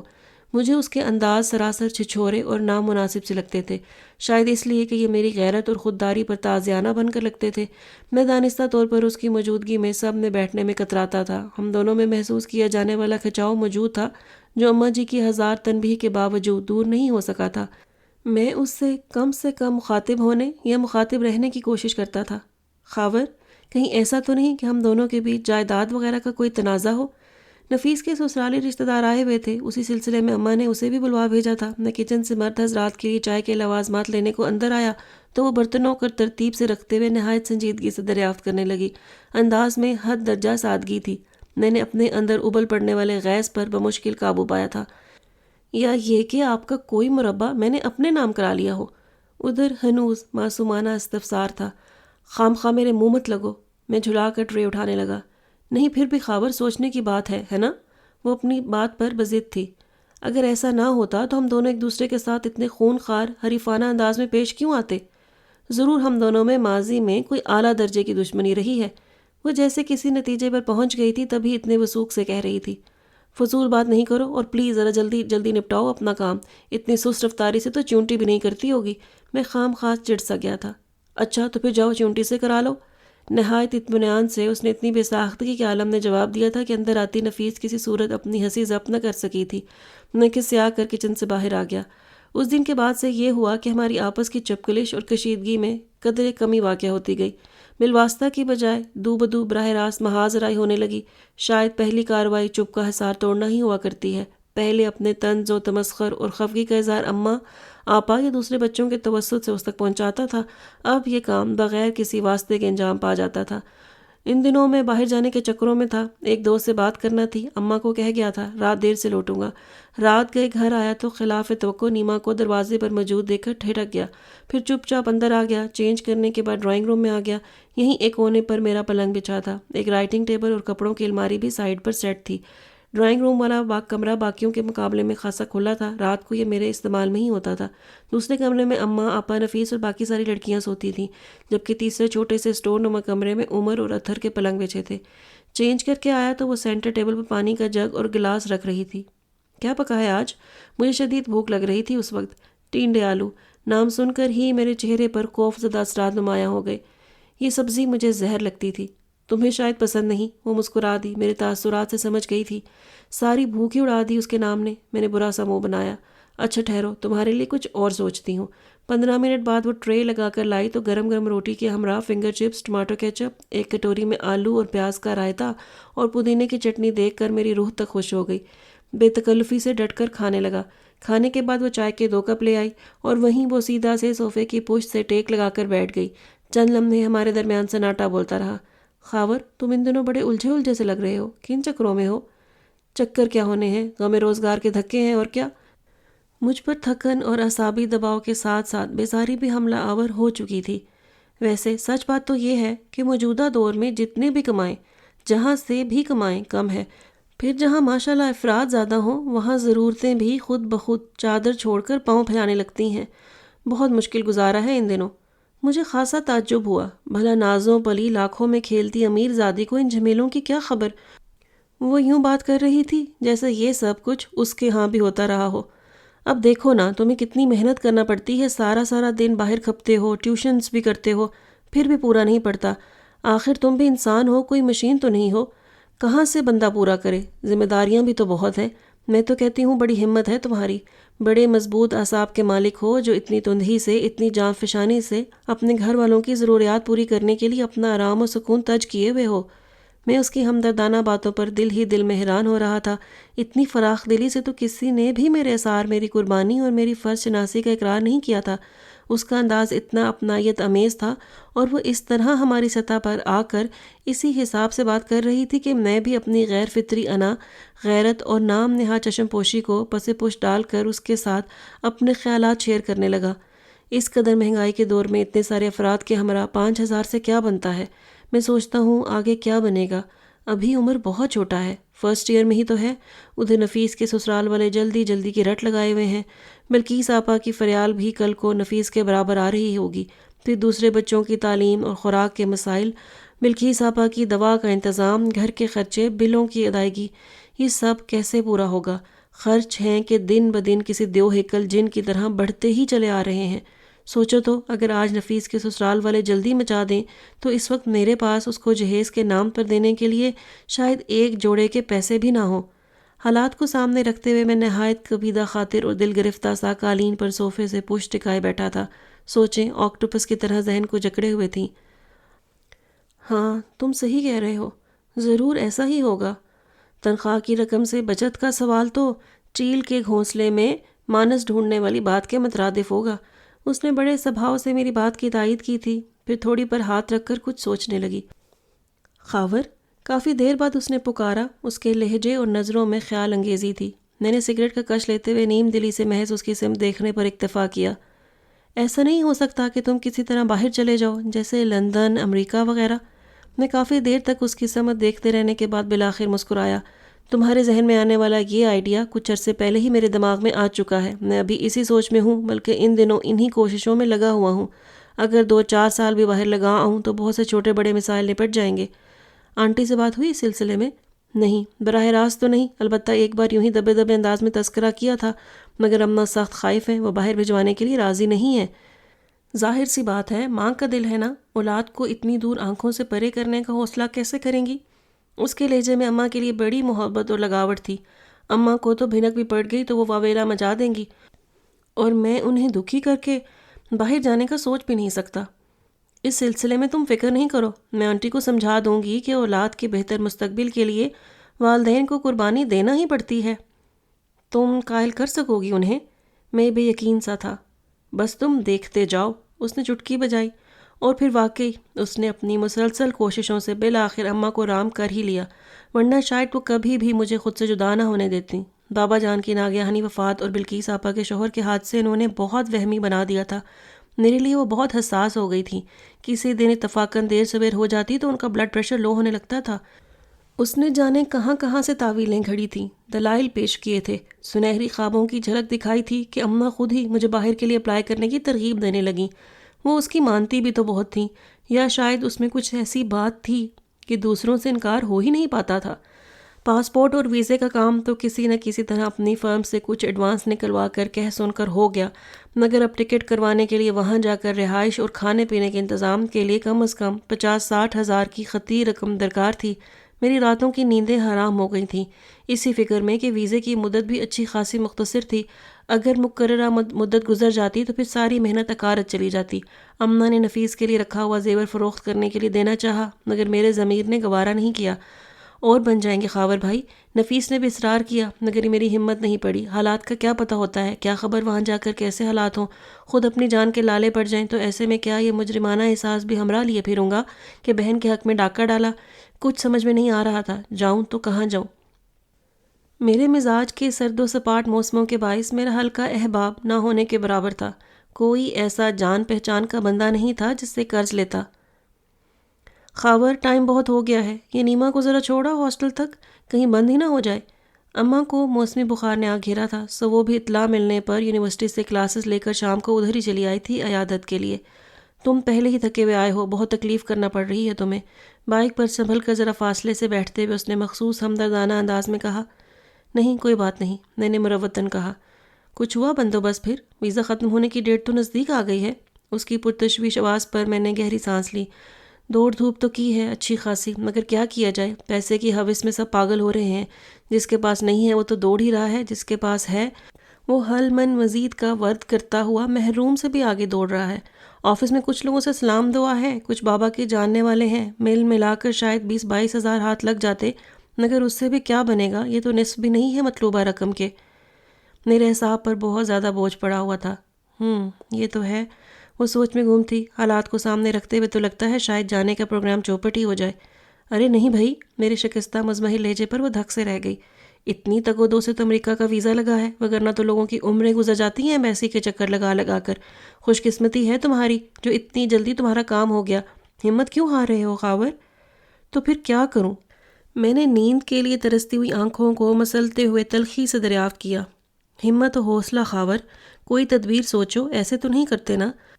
وہ میری ٹوٹی بکھری پژمردہ حالت سے اس قدر متاثر ہوئی کہ اپنا ہاتھ بڑھا کر میرے دائیں شانے پر رکھ دیا اور تسلی کے سے انداز میں دبا کر میرا حوصلہ بڑھانے لگی۔ انداز بالکل ایسے ہی تھا جیسے کوئی ماں کسی بگڑے روٹھے بچے کو پیار سے سمجھا بجھا کر منا رہی ہو۔ حوصلے اور ہمت کی باتیں وہاں کی جاتی ہیں جہاں امید کی کوئی کرن جھلملا رہی ہوتی ہے۔ میں جھنجھلاہٹ اور دل گرفتی کے احساس سے دو چار تھا۔ جہاں اندھیرا ہی اندھیرا ہو وہاں حوصلے کی لاٹھی کیا کام آئے گی؟ مشکلات و مصائب و پریشانیاں بھی تو انسانوں پر ہی پڑتی ہیں، یہ تو آتی جاتی رہتی ہیں، زندگی کا حصہ ہوا کرتی ہیں، ان سے گھبراتے نہیں ہیں بلکہ مقابلہ کرتے ہیں۔ اللہ مسبل الاسباب ہے، اگر اس نے ایک راستہ کھول دیا ہے تو دوسرا بھی ضرور کھولے گا۔ اس کا مطلب یہ تو نہیں ہے نا کہ ہم دستک دینا ہی چھوڑ دیں، دوسرے معنوں میں اس کی ذات سے مایوس ہو جائیں۔ وہ تسلی کے سے انداز میں دھیرے دھیرے میرا کندھا تھپکتی رسانیت سے بول رہی تھی۔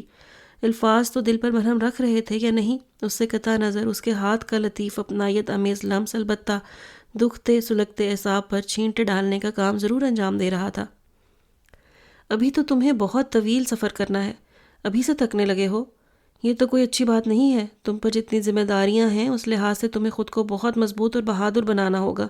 تم اتنی کم عمری سے اپنی ذات کی ضروریات کو پس پش ڈال کر اپنے چھوٹے بہن بھائی کے لیے، پھر اپنی یتیم بھانجیوں اور بھانجوں کی پرورش کے لیے خود کو وقف کیے ہوئے ہو۔ یقین جانو خاور، یہ تمہاری ذات کا بڑا دلکش پہلو ہے۔ قربانیاں دینے کا عمل انسان کی شخصیت میں بڑا نکھار، بڑا وقار لے آتا ہے۔ تمہارا دل جو اتنا خوبصورت ہے اس کا کوئی نعم البدل ہی نہیں ہے۔ انشاءاللہ ایک وقت ایسا آئے گا جب تم اپنے فرائض سے احسن طریقے سے عہدہ برا ہو جاؤ گے، پھر تمہارے پاس بہت سارا وقت ہوگا صرف تمہارے لیے۔ اس کی لوریاں دیتی ہوئی دھیمی خوبصورت نرم آواز میرے اندر سکون کے چشمے جاری کر رہی تھی۔ بائک کی سپیڈ ہلکی کرتے کرتے بالآخر قدرے ویران سی شاہراہ پر درخت کے قریب روک دی۔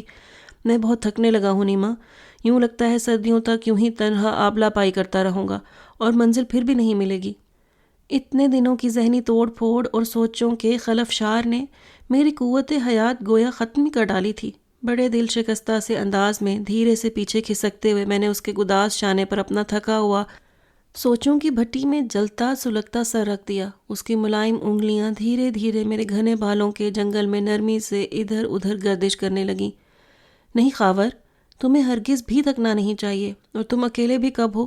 اگر دیکھو سمجھو تو کتنے آشنا چہرے تمہارے ارد گرد نظر آئیں گے۔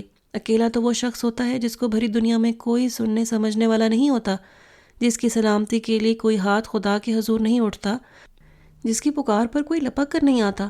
تم تو بہت خوش قسمت ہو۔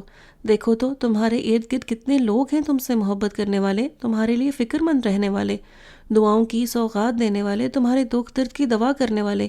ہم سب ہیں نا تمہارے ساتھ خاور، تم اکیلے نہیں ہو، خود کو کبھی تنہا مت سمجھنا، ہم جو ہیں تمہارے اپنے۔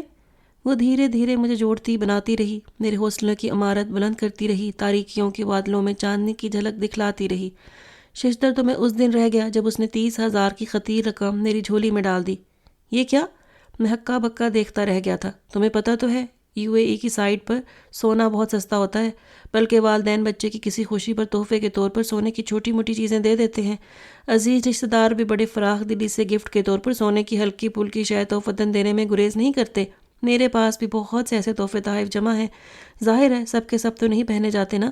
میں نے اپنے برتھ ڈے کی گولڈ کی چین، BA کے رزلٹ پر ماما کی طرف سے دی گئی انگوٹھی اور بریسلٹ، اور ایک کسی عزیز کا دیا ہوا لاکٹ بیچ دیا۔ بھائی کچھ تو فائدہ ہو، جب پہننے نہیں تو بیکار میں پاس جمع رکھنے سے کیا حاصل؟ اتنے بہت سے جو پڑے ہوئے ہیں۔ وہ اس قدر عام سے سرسری سے انداز میں صفائی دے رہی تھی گویا کوئی بات ہی نہ ہوئی ہو۔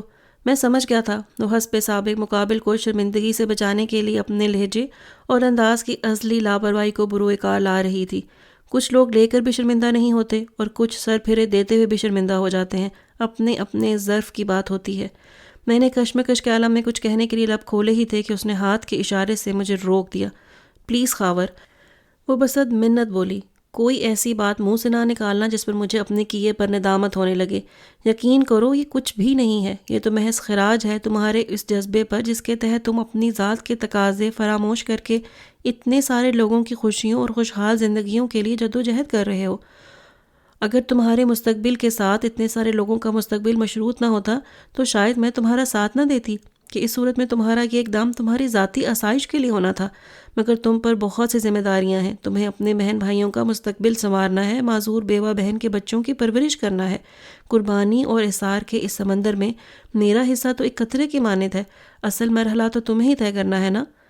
نیما ایک عجیب سے جذبے سے مسحور ہو کر میں اٹھا اور اس کے مقابل آ کر اس کے دونوں ہاتھ تھام لیے۔ بس بس اب ڈائلاگ جھاڑنے کی کوشش مت کرنا، میں جانتی ہوں تمہیں اس کی الف بے بھی نہیں آتی۔ میں دیکھوں ذرا یہ عمر کیا کر رہا ہے بھلا۔ وہ اپنے مخصوص بے نیاز لاپرواہ انداز میں بات بدلتی ہوئی ہاتھ چھڑا کر اندر بڑھ گئی تھی۔ پیسہ تو بہرحال اپنی جگہ ایک مسلم ضرورت ہے، مگر سچ بات ہے پیسوں کی مدد کے علاوہ بھی جس طرح اس نے مجھے بلڈ اپ کرنے میں، اپنی ہمتیں مجتمع کرنے میں، قربانی کی خوابیدہ قوتیں بیدار کرنے میں اور پرعزم بنانے میں مدد دی تھی، اس کا کوئی جواب ہی نہیں تھا۔ کس طرح سے مجھ جیسے شکستہ حال تقدیر کے مارے بندے کو کول ڈاؤن کرنے کا سبب بنی تھی۔ ایئرپورٹ تک وہ میرے ہمراہ تھی، عمر اور اطہر کے ساتھ۔ اماں جی اور آپا لوگوں سے الوداعی ملاقات بھی ایک مشکل مرحلہ تھی۔ اماں جی رو رو کر بے حال ہو رہی تھیں اور میرا دل ان کی ہر سسکی پر ڈوب ڈوب جاتا تھا۔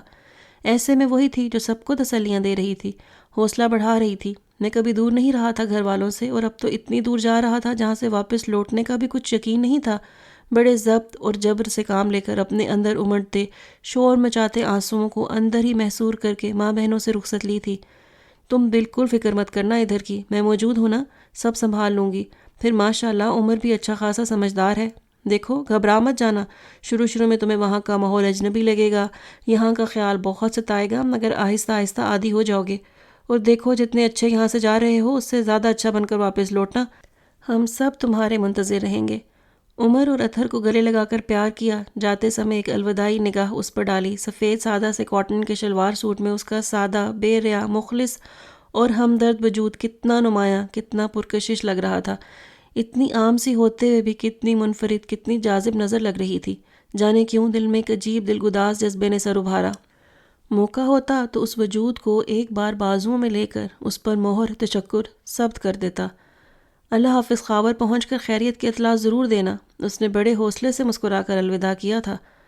یہ اس کی باتوں، اس کے جذبوں، اس کے خلوص کی روشنی تھی جس نے پرائے دیس میں مجھے بھٹکنے نہیں دیا، میرا عزم بیدار رکھا۔ جب کبھی تھک کر مایوس ہونا چاہا، وہ مہربان باتیں، وہ ولولے جگاتا لہجہ سماعتوں میں گھل جاتا۔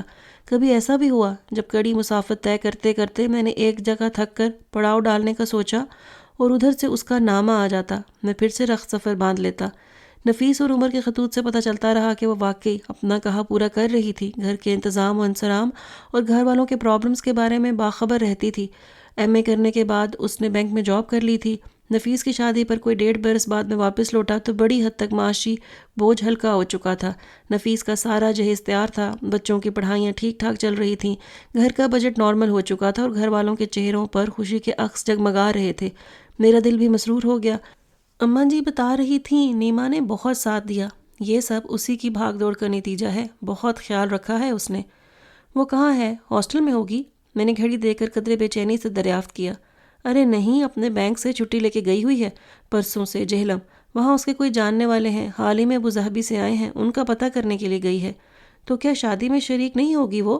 میرا دل جانے کیوں اسے روبرو دیکھنے کو مچلنے لگا تھا۔ کیوں نہیں شریک ہوگی بھلا؟ پرسوں شام تک آ جائے گی واپس۔ اور مجھے یہ 2 دن کا عرصہ بہت طویل لگا۔ میں خوش تو تھا کہ ایک ذمہ داری سے بحسن خوبی فارغ ہو رہا ہوں، مگر یہ خوشی نامکمل سی لگ رہی تھی۔ سب نے مجھے سر آنکھوں پر بٹھایا تھا، میری قربانیوں کو سراہا تھا، مگر میرا دل ہنوز تشنا تھا۔ یہ کسی اور ہستی کی طرف سے خراج کا طالب ہو رہا تھا۔ اسے کہتے ہیں ہم بیاباں میں ہیں اور گھر میں بہار آئی۔ ہمیں خبر ہی نہ تھی، وگرنہ کوئی استقبالی پروگرام ترتیب دینے کے لیے ضرور ٹھہر جاتے۔ اور سنائیے کیسے مزاج ہیں جناب خاور مغل صاحب کے؟ اس کی زندگی سے بھرپور حشاش بشاش آواز بہار کا جھونکا بن کر کمرے میں پھیل گئی تھی۔ اس کے اندر داخل ہونے پر جس بے قراری سے میری نگاہوں نے اس کے سراپے کو اپنے حصار میں لیا تھا، میرے لیے بذات خود بڑا حیران کن تھا۔ پتہ نہیں کیا بات تھی کہ میری نظریں اس کے چہرے سے ہٹنا بھول گئی تھیں۔ وہ ویسی ہی تھی، پہلے کی طرح سادہ روح، سادہ مزاج، سادہ لباس، اپنے مخصوص لاپرواہ انداز میں سب سے مخاطب، کبھی ادھر آ رہی ہے تو کبھی ادھر، یہاں وہاں، ہر جگہ، ہر ایک کے ساتھ اور ہر طرح کی صورتحال میں ہم قدم۔ نفیس کا معاملہ تو اللہ نے نپٹا دیا، بس اب اچھی سی بڑی سی کوٹھی خریدنا رہ گئی ہے۔ اس کو بھرنے کے لیے سامان چاہیے، پھر گاڑی بھی خریدنا ہے اور فریال کے لیے کچھ سامان چاہیے۔ اب یہ فلیٹ بھی چھوڑ ہی دینا ہے۔ کب تک اس کابوک میں رہیں گے؟ اماں مستقبل کے منصوبے بنا رہی تھیں، گویا 3 نئے ٹارگٹ ہیں ماموں کے لیے۔ فریال شوخی سے مسکرائی۔ گھر، گاڑی اور گھریلو سامان۔ رات کو وہ حسب معمول جانے لگی تو بلقیس آپا نے عمر کو پکارا۔ عمر جاؤ، نیما کو چھوڑ آؤ نیچے تک، اس کی گاڑی کی چابی تو تھی اس کے ہاتھ میں۔ میں چھوڑ آتا ہوں، میں عمر کے آنے سے پہلے ہی اٹھ کھڑا ہوا تھا۔ اچھا بھائی، اللہ حافظ، کب تک ہو یہاں؟ نیچے پہنچ کر اپنی گاڑی کا لاک کھولتے ہوئے اس نے خوش دلی سے دریافت کیا۔ 2-3 دن، اور چابی مجھے دو، میں ڈرائیو کرتا ہوں۔ ارے نہیں، میں چلی جاؤں گی آرام سے، تم پھر واپس کیسے آؤ گے؟ اس نے میری تکلیف کا خیال کرتے ہوئے منع کر دیا۔ خیر ہے، آ جاؤں گا، تم بیٹھو۔ میں چابی لے کر گاڑی سٹارٹ کر چکا تھا۔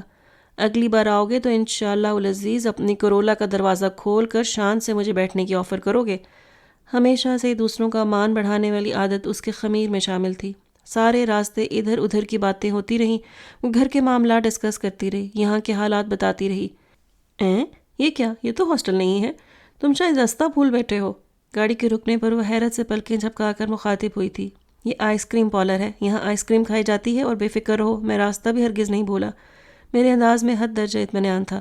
آؤ چلتے ہیں، مگر 1 منٹ، ایک امانت ہے تمہاری میرے پاس۔ میں نے کوٹ کی اندرونی پاکٹ سے اپنا والیٹ نکالا، ساتھ ہی سائڈ کی دوسری پاکٹ نکال کر اندر سے ایک چھوٹا سا خوبصورت سا ریپر میں لپٹا گفٹ باہر نکالا۔ اس نے میرے ایک ہاتھ میں رقم کے پھولے ہوئے لفافے اور دوسرے میں ننھے سے گفٹ کو کچھ نہ سمجھنے والے انداز میں دیکھا تھا۔ نیما، یہ ایک حقیقت ہے کہ جو کچھ تم نے میرے لیے، میری فیملی کے لیے کیا ہے، اس کا بدلہ مجھ جیسا بے فیض شخص چکا ہی نہیں سکتا۔ میں خود کو اس قابل نہیں پاتا کہ تمہارے احسانات، تمہاری مہربانیوں کے صلے میں کچھ پیش کر سکوں، تاہم رسم دنیا کو یہ تمہارا قرض۔ میں نے اس کے کچھ کہنے سے پہلے ہی رقم والا لفافہ اس کے پرس میں ڈال دیا۔ ہاں، اور یہ میری خوشی ہے، ایک چھوٹا سا معمولی سا تحفہ پلیز، اور اب انکار نہیں کرنا۔ مگر یہاں بھی وہ میرا مان بڑھا گئی، خوش دلی سے میرے ہاتھ سے گفٹ لے کر کھولتے ہوئے بولی، بھائی واہ، لینے سے انکار کون کافر کرتا ہے؟ اس کے ہاتھ بڑی صورت سے ریپنگ پیپر کھول رہے تھے۔ واو، زبردست! نگینوں جڑا خوبصورت ڈیزائن والا بریسلٹ دیکھ کر اس نے مسرت آمیز کلکاری بھری تھی۔ میرا دل شادمان ہو گیا تھا، حالانکہ میں جانتا تھا اس کے پاس ایک سے بڑھ کر ایک بیش قیمت اور خوبصورت جیولری موجود تھی، مگر جس طرح اس نے میرے خلوص کی قدردانی کرتے ہوئے نہ صرف تحفہ پسند کیا تھا، بلکہ نہایت اشتیاق کے عالم نے اسی وقت پہن کر بار بار اپنی بازو دیکھ رہی تھی، اس عمل نے مجھے بڑی انوکھی سی سرشاری بخشی تھی۔ آئس کریم کھاتے ہوئے ہم ادھر ادھر کی باتیں کرتے رہے، میں اسے وہاں کی قصے سناتا رہا، اس کی میت میں وقت گزرنے کا پتہ ہی نہیں چلتا تھا۔ دوسری بار جب میں وطن لوٹا تو اتنا کما چکا تھا جس سے گھر والوں کے خوابوں کی تعمیر ممکن ہو سکی تھی۔ اس بار میں امریکہ کو مکمل طور پر خیر بات کہہ کر لوٹا تھا۔ اس مختصر عرصے میں گھر کے افراد میں بہت سی تبدیلیاں آ چکی تھیں، انہیں پیسہ استعمال کرنے کا سلیقہ آ چکا تھا۔ میرے آنے سے پہلے ہی ایک شاندار سی کوٹھی اور نئی ٹوٹا کرولا گاڑی پسند کی جا چکی تھی۔ میرے آنے کی دیر تھی کہ پیمنٹ کے بعد فلیٹ چھوڑ کر نئے بڑے سے محل نما گھر منتقل ہو گئے۔ عمر اور اظہر کی فرمائش پر انہیں بائک لے دی۔ گھر کو قیمتی فرنیچر اور آرائشی اشیاء سے مزین کرنے کے لیے رقم اماں جی اور فریال لوگوں کے سپرد کر دی۔ انہوں نے اپنی مرضی سے گھر سیٹ کرایا۔ سب گھر والوں کے رنگ ڈھنگ ہی بدل گئے تھے۔ جدید طرز کے قیمتی ملبوسات، اچھا کھانا پینا اور آسائش و آرام نے گویا سب کی صورتیں ہی بدل دی تھیں۔ میں خوش تھا کہ گھر والوں نے جیسے سکھ کے خواب دیکھے تھے، بالآخر میں نے ان کی تعبیر دینے میں کامیاب ہو گیا ہوں۔ رقم میرے پاس موجود تھی، سو بسم اللہ کر کے بزنس شروع کیا۔ خدا دینے پر آتا ہے تو چھپر ہی پھاڑ دیتا ہے۔ بزنس بہت جلد چل نکلا اور یوں گھر میں دولت کی ریل پیل بڑھتی ہی چلی گئی۔ میرے سیٹ ہوتے ہی اماں اور آپا لوگوں کو میری شادی کی فکر ہوئی۔ میں چاہ رہا تھا پہلے فریال کی شادی ہو جاتی، مگر فریال کی ضد تھی، ابھی وہ جاب کرنا چاہتی ہے۔ اماں نے بھی کہا، چلو 1 آدھ سال اسے شوق پورا کر لینے دو، کون سا عمر نکلی جا رہی ہے۔ یوں بھی اصولاً اب تمہاری باری ہے، میں اپنے چاند سے بیٹے کے لیے بہت حسین، پڑھی لکھی اور کسی اونچے گھر کی لڑکی لاؤں گی، ایسی کہ سب دیکھتے رہ جائیں۔ میں ان دنوں عمر کو پڑھنے کے لیے امریکہ بھجوانے کے چکروں میں تھا۔ خیال تھا کہ ادھر ایک تو ٹک کر پڑھ لے گا، دوسرا جاب کی پرابلم نہیں رہے گی۔ مجھے خبر بھی نہ تھی کہ اماں اور آپا مان بھانجیوں کے ان دنوں میرے لیے لڑکی کی تلاش کرنے کی مہم چلا رہی ہیں، اور کسی ایک کو منتخب بھی کر چکی ہیں۔ خبر تو تب ہوئی جب انہوں نے کسی شہرین نامی لڑکی کے بارے میں مجھے بتایا اور اس کی تصویر دیکھ کر رائے لی۔ بے انتہا خوبصورت ہیں شہرین، ماموں، فریال بڑی خوش ہو کر اطلاع دے رہی تھی۔ اور امیر بھی بہت ہیں، اتنا بڑا گھر ہے ان کا، بلکیس آپا نے رائے دی۔ کم عمر بھی ہے، میرے بیٹے کے ساتھ خوب جچے گی۔ اماں میری نظر اتار رہی تھی۔ میں ان لوگوں کی باتیں یوں سن رہا تھا جیسے جملے تو کان میں پڑ رہے ہوں مگر مفہوم سمجھ میں نہ آ رہا ہو۔ گھر میں کافی چرچا رہنے لگا شہرین کے حسن جہاں سوز کا، اس کے باپ کی امارت کا، اس کی نازک مزاجی کا۔ مجھے یہ سب کچھ بیزار کن اور ناگوار گزر رہا تھا۔ بالآخر ایک دن جب اماں نے سنجیدہ ہو کر میری رائے طلب کی تو میں نے بالآخر تامل کرتے ہوئے دل کی بات بتا ہی دی۔ کیا؟ اماں ہی کیا، سارے گھر والے بھونچ کا رہ گئے اور مجھے ان کی حیرت پر حیرت ہونے لگی۔ میرے خیال میں تو یہ سن کر انہیں خوشی سے کھل جانا چاہیے تھا۔ لو بھلا بتاؤ، کیا بے وقوفوں والی بات کرتے ہو تم؟ نیما سے شادی کرو گے؟ بالآخر بلکیس آپا نے ابتدا کی۔ کمال کرتے ہو بچے، اتنے بڑے بزنس مین ہو، اتنا نام ہے تمہارا، بھلا لوگ کیا خیال کریں گے؟ یہ ہے تمہاری پسند؟ اماں جی کے انداز نے میرے خون میں کھولن پیدا کر دی۔ مجھے آپ کی منطق سمجھ میں نہیں آئی۔ اسے اپنانے سے میرے نام یا بزنس پر کیا اثر پڑے گا؟ بلا شبہ وہ اتنی اچھی ہے کہ اسے اپنانے والا اپنی قسمت پر رشک کرے گا۔ اس میں کیا برائی ہے، کیا عیب ہے؟ ماموں، کیا اب انہیں ہماری ممانی بنائیں گے؟ میری دوستیں کیا خیال کریں گی؟ فریال نے منہ بسور کر مایوسی کے عالم میں کہا تھا۔ کیوں، کیا خیال کریں گی؟ مجھے سخت تاؤ آ رہا تھا گھر والوں کے انداز پر۔ اماں میرا غضبناک موڈ دیکھ کر بڑے سبھاؤ سے بات بڑھاتے ہوئے بولیں، ٹھیک ہے بچے، نیما بہت اچھی لڑکی ہے، بڑا ساتھ دیا ہے اس نے ہمارا، مگر وہ تیری دلہن نہیں بن سکتی۔ دیکھنا، تو ایسے شہزادوں جیسے نکوچ کا مالک ہے، وہ عام سی شکل و صورت والی ہے، پھر عمر بھی اس کی اچھی خاصی ہو چکی ہے۔ ماں باپ کا پچھلے سال ابوظہبی میں انتقال ہو گیا، اب اس کے پاس رہا ہی کیا ہے؟ اب ہمارا اتنے بڑے گھرانے کے لوگوں کے ساتھ اٹھنا بیٹھنا ہے، شہر کے معززین میں ہمارا شمار ہوتا ہے۔ ایسی ویسی بہو لے آئے تو کیا دنیا والے تمسخر نہیں اڑائیں گے؟ سو باتیں بنائیں گے لوگ۔ اماں جی کی بات سن کر میں نے نہایت بے یقینی اور تعصب کے عالم میں انہیں دیکھا تھا۔ باقی سب لوگوں کے چہروں کے تاثرات بھی اماں کی باتوں کی خاموش تصدیق کر رہے تھے۔ اماں، آپ کیسی باتیں کر رہی ہیں؟ شکل و صورت اس کی جیسی بھی ہے مجھے پسند ہے، اور عمر میں تو وہ مجھ سے 3-4 سال چھوٹی ہی ہوگی۔ امیر والدین کے انتقال کے بعد وہ خدا نخواستہ غریب تو نہیں ہو گئی؟ ان کی خود غرضیانہ سوچ نے مجھے سلگا کر رکھ دیا تھا۔ بچے، آج کل رشتے کرتے ہوئے یہی سب کچھ دیکھا جاتا ہے، شکل و صورت والی ہو، کم عمر ہو اور امیر ہو۔ مرد کی عمر کون پوچھتا ہے؟ تو آج سے 10 سال بعد بھی ماشاء اللہ اسی طرح جوان اور خوبصورت دکھائی دے گا۔ مرد کی عمر کو زنگ نہیں لگتا، عورت چاہے اپنے مرد سے 10-15 سال چھوٹی ہو تو بھی جوڑی چل جاتی ہے۔ جب تجھے اتنی حسین، امیر، کم عمر لڑکیاں مل سکتی ہیں تو کیوں اس معمولی سی بے آسرا بے ٹھکانہ لڑکی کے لیے دل چھوٹا کرتا ہے؟ مجھے لگا جیسے کسی نے بم میرے اعصاب پر پھوڑ دیا ہو۔ یہ میری ماں تھی جو کل تک مجھے نیما سے چپکلش رکھنے پر پھٹکارا کرتی تھیں، اس کے باپ کے بابا جان پر احسانات گنوا کر لتاڑتی تھیں، کل تک جس لڑکی کی اعلیٰ ظرفی، فراخ دلی اور محبت کرنے والی فطرت کے گن گا گا کر جیا کرتی تھیں، آج وہ ان کی نظروں میں معمولی اور بے آسرا لڑکی بن گئی تھی۔ یا خدا، یہ دولت اس طرح بھی ذہنوں کی کایا پلٹ سکتی ہے۔ میں سکتے کے عالم میں بیٹھا ہوا تھا۔ اگر آپ کا حافظہ آپ کا ساتھ دیتا ہے تو ذرا یاد کیجئے، اس معمولی لڑکی نے ہمارے گھر کے لیے کیا کیا کچھ نہیں کیا۔ آج ہم جو کچھ ہیں اسی کی قربانیوں سے، اثار پسند طبیعت کے باعث ہیں۔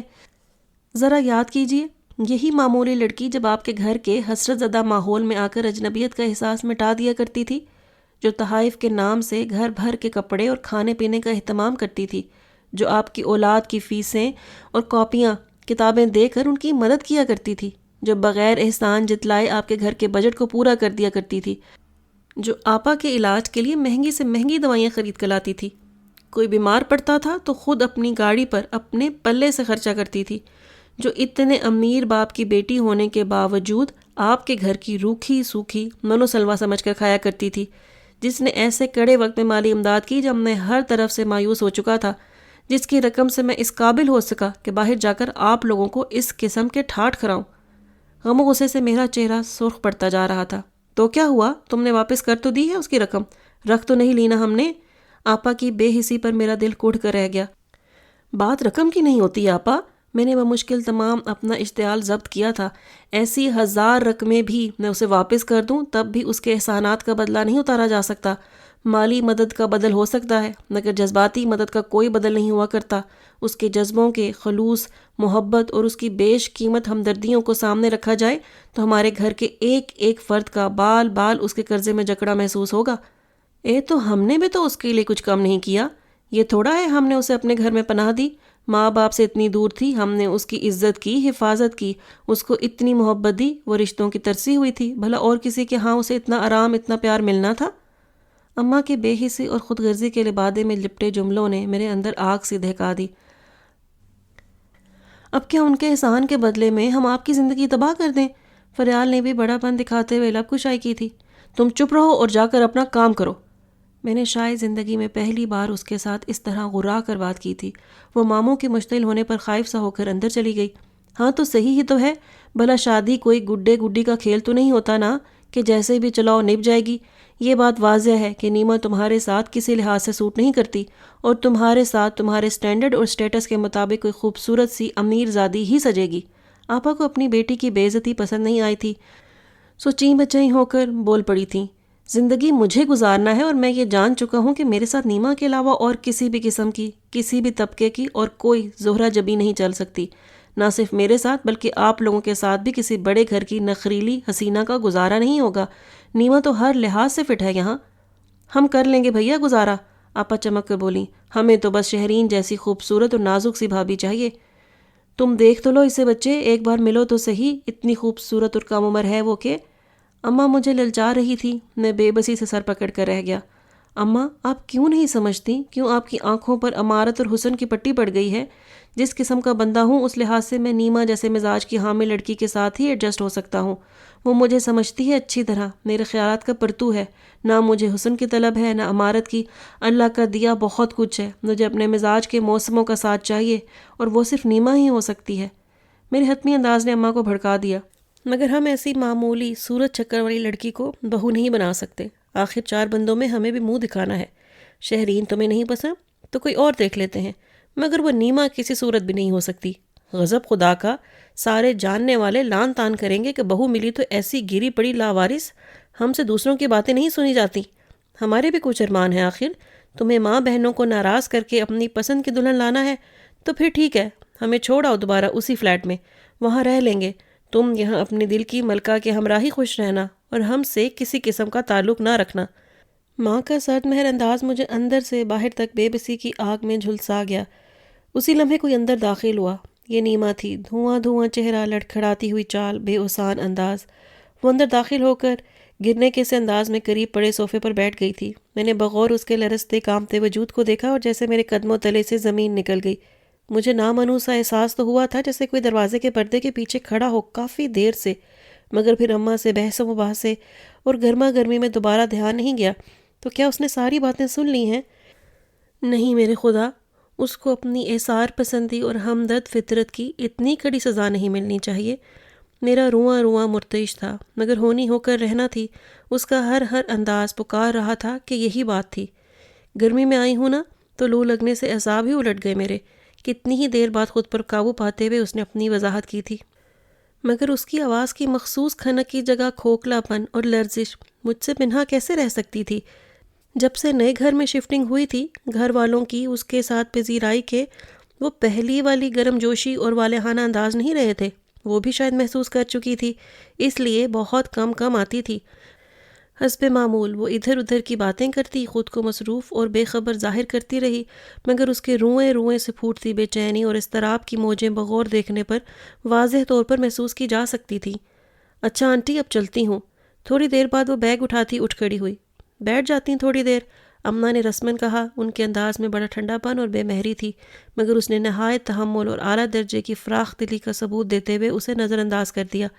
ضرور رک جاتی آنٹی، لیکن کچھ کام ہے مجھے۔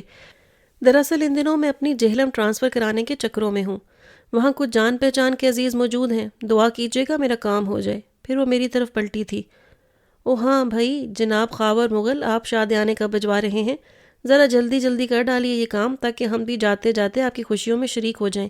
میں نے سر اٹھا کر گہری نظروں سے اس کی سمت دیکھا، وہی بے لوث بے ریا مسکراہٹ، آنکھوں میں کمال درجے کا ضبط۔ میں کچھ کہنا چاہتا تھا، اسے روکنا چاہتا تھا، اس کے پیچھے آ کر ساری حقیقت منکشف کرنا چاہتا تھا، مگر کسی نادیدہ طاقت نے میرے قدموں کو زمین میں گاڑ دیا تھا۔ وہ چلی گئی اور میں اسے دروازے تک چھوڑنے کی ہمت بھی اپنے اندر بیدار نہ کر سکا۔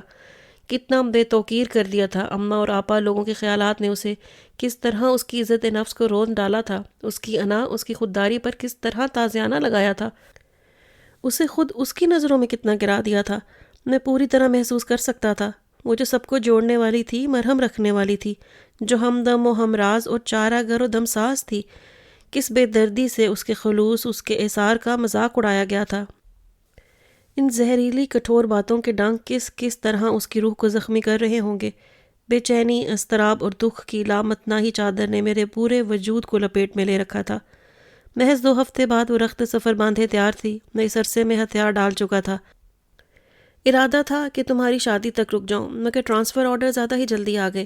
بہرحال میری طرف سے بھی بہت سارا خوش ہو لینا۔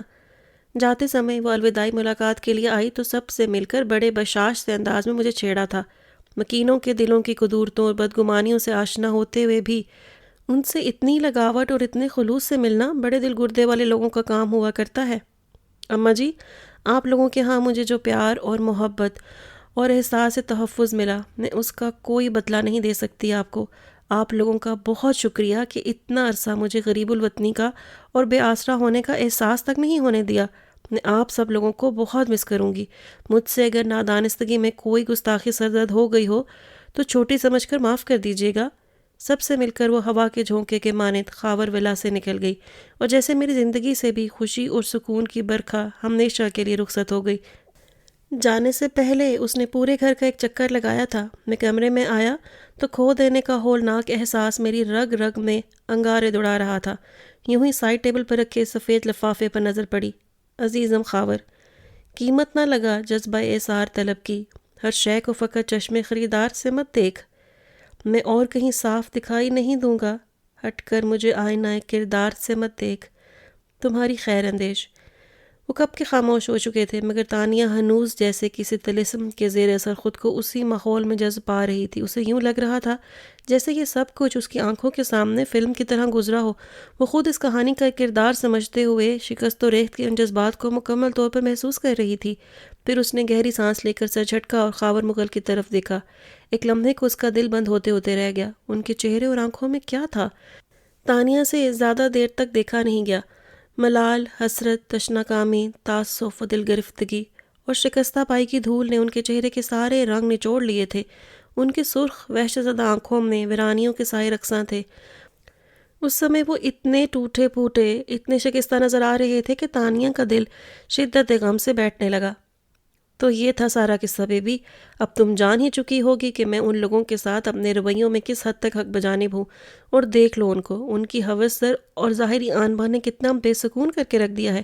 اب مجھ سے شاکی کیوں ہوتے ہیں؟ بھگتے ہیں اب اپنا بھگتان۔ انہوں نے خود اپنے لیے یہ سامان پیدا کیا ہے، اپنے ہی جال میں پھنس چکے ہیں۔ اب وہ جذبات مجھ سے طلب کرتے ہیں جنہیں عرصہ ہوا خود اپنے ہاتھوں سے اپنی خود غرضی کی بھینٹ چڑھا چکے ہیں۔ میرے اندر کیا باقی رہا ہے ان کو دینے کے لیے؟ دل کے سارے خزانے تو لوٹ لیے، جذبات کے سارے الاؤ بجھا دیے۔ اب میں اندر باہر سے برف کے تودے کی صورت اختیار کر چکا ہوں۔ کوئی چیز اب مجھے نہیں پگھلاتی، نہ آنسو، نہ آہیں، نہ جذبے، نہ خلوص۔ مجھے خود اپنے آپ سے محروم کر ڈالا ہے ان لوگوں نے۔ ان کی آنکھوں کی وحشتیں بول رہی تھیں، آؤ بیبی گھر چلتے ہیں۔ پھر وہ اپنے آپ میں لوٹتے ہوئے اسٹیئرنگ وہیل کی جانب متوجہ ہو گئے۔ سارے راستے دونوں گم سم سے بیٹھے رہے۔ گاڑی سے اترتے ہوئے پہلے اس کی نظر سیڑھیوں کے پاس کھڑی شہرین کی جانب گئی، پھر بے اختیار کلائی پر بندھی گھڑی پر جا ٹھہری، اور وہ اندر ہی اندر اتنی شرمندہ ہو کر رہ گئی۔ رات کے تقریباً 11:30 ہو رہے تھے۔ خاور مغل تو چابی ہاتھ میں جھلاتے آگے بڑھ گئی۔ وہ دھیرے دھیرے قدم بڑھاتی کچھ ہچکچا کر شہرین کے پاس سر جھکا کر مجرمانہ انداز میں کھڑی ہو گئی۔ سوری بھابھی، کچھ زیادہ ہی دیر ہو گئی۔ دیر تمہیں نہیں ہوئی، مجھے ہوئی ہے جو تمہارا کھیل نہیں سمجھ سکی۔ میں تمہیں بہت معصوم اور سادہ مزاج کی لڑکی خیال کرتی تھی۔ خبردار شہرین، مزید ایک لفظ مت کہیے گا۔ کسی کی بے غرضی کو یوں سرعام نیلام نہیں کرتے۔ وہ اسی لمحے پلٹ آئے تھے۔ تانیہ کا جی چاہا زمین پھٹے اور وہ اس میں سما جائے۔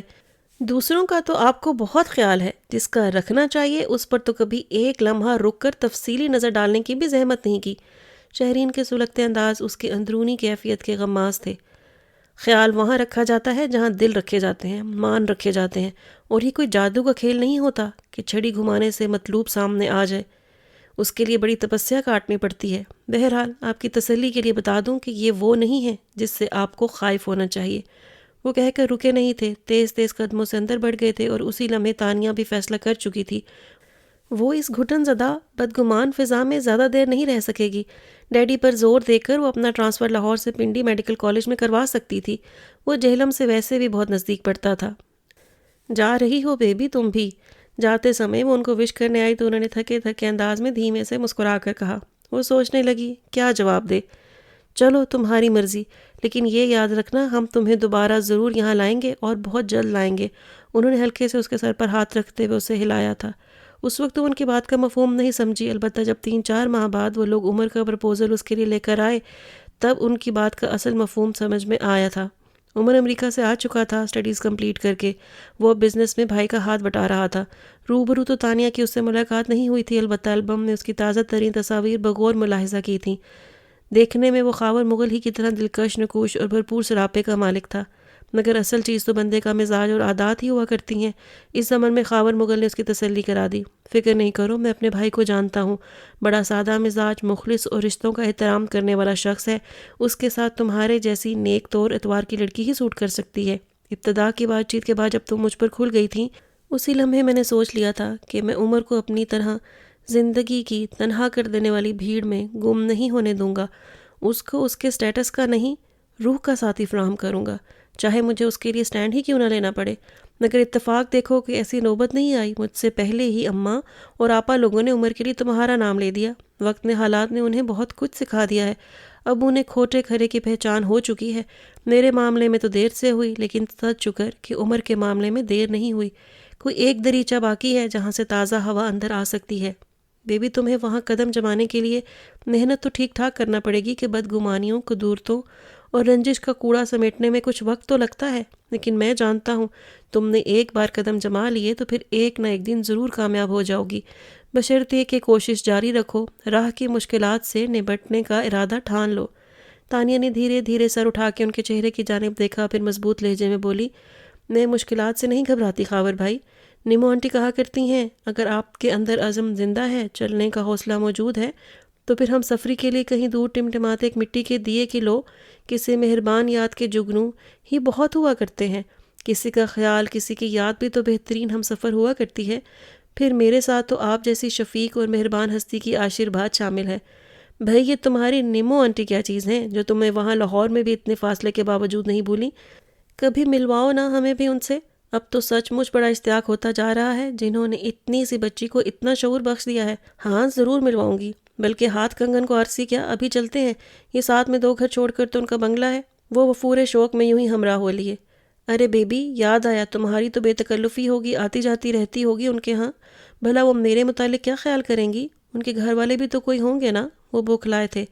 ان کے ساتھ ان کے شوہر ہوتے ہیں، آرمی میں میجر ہیں، اور 2 پیارے پیارے بچے ہیں، 4-4 سال کے دونوں جڑواں۔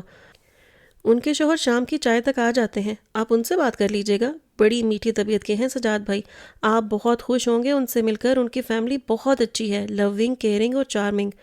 ملازم کی ہمراہی میں گیٹ سے اندر داخل ہوئے تو لان میں میجر سجاد اخبار پڑھتے مل گئے، بڑے اتفاق سے ملے، بڑے اچھے وقت پر آئے آپ لوگ، چائے بس آنے ہی والی ہے، بلکہ لیجئے آ ہی گئی، بھائی بیگم بشیر کو بھیج کر 2 کپ اور پلیٹیں اور منگوا لیجئے۔ خاور مغل نے بڑے تجسس سے نظریں اٹھائی تھیں اور پھر جیسے وہ پتھر کے ہو کے رہ گئے۔ بسم اللہ، مہمان تو خدا کی رحمت ہوتے ہیں۔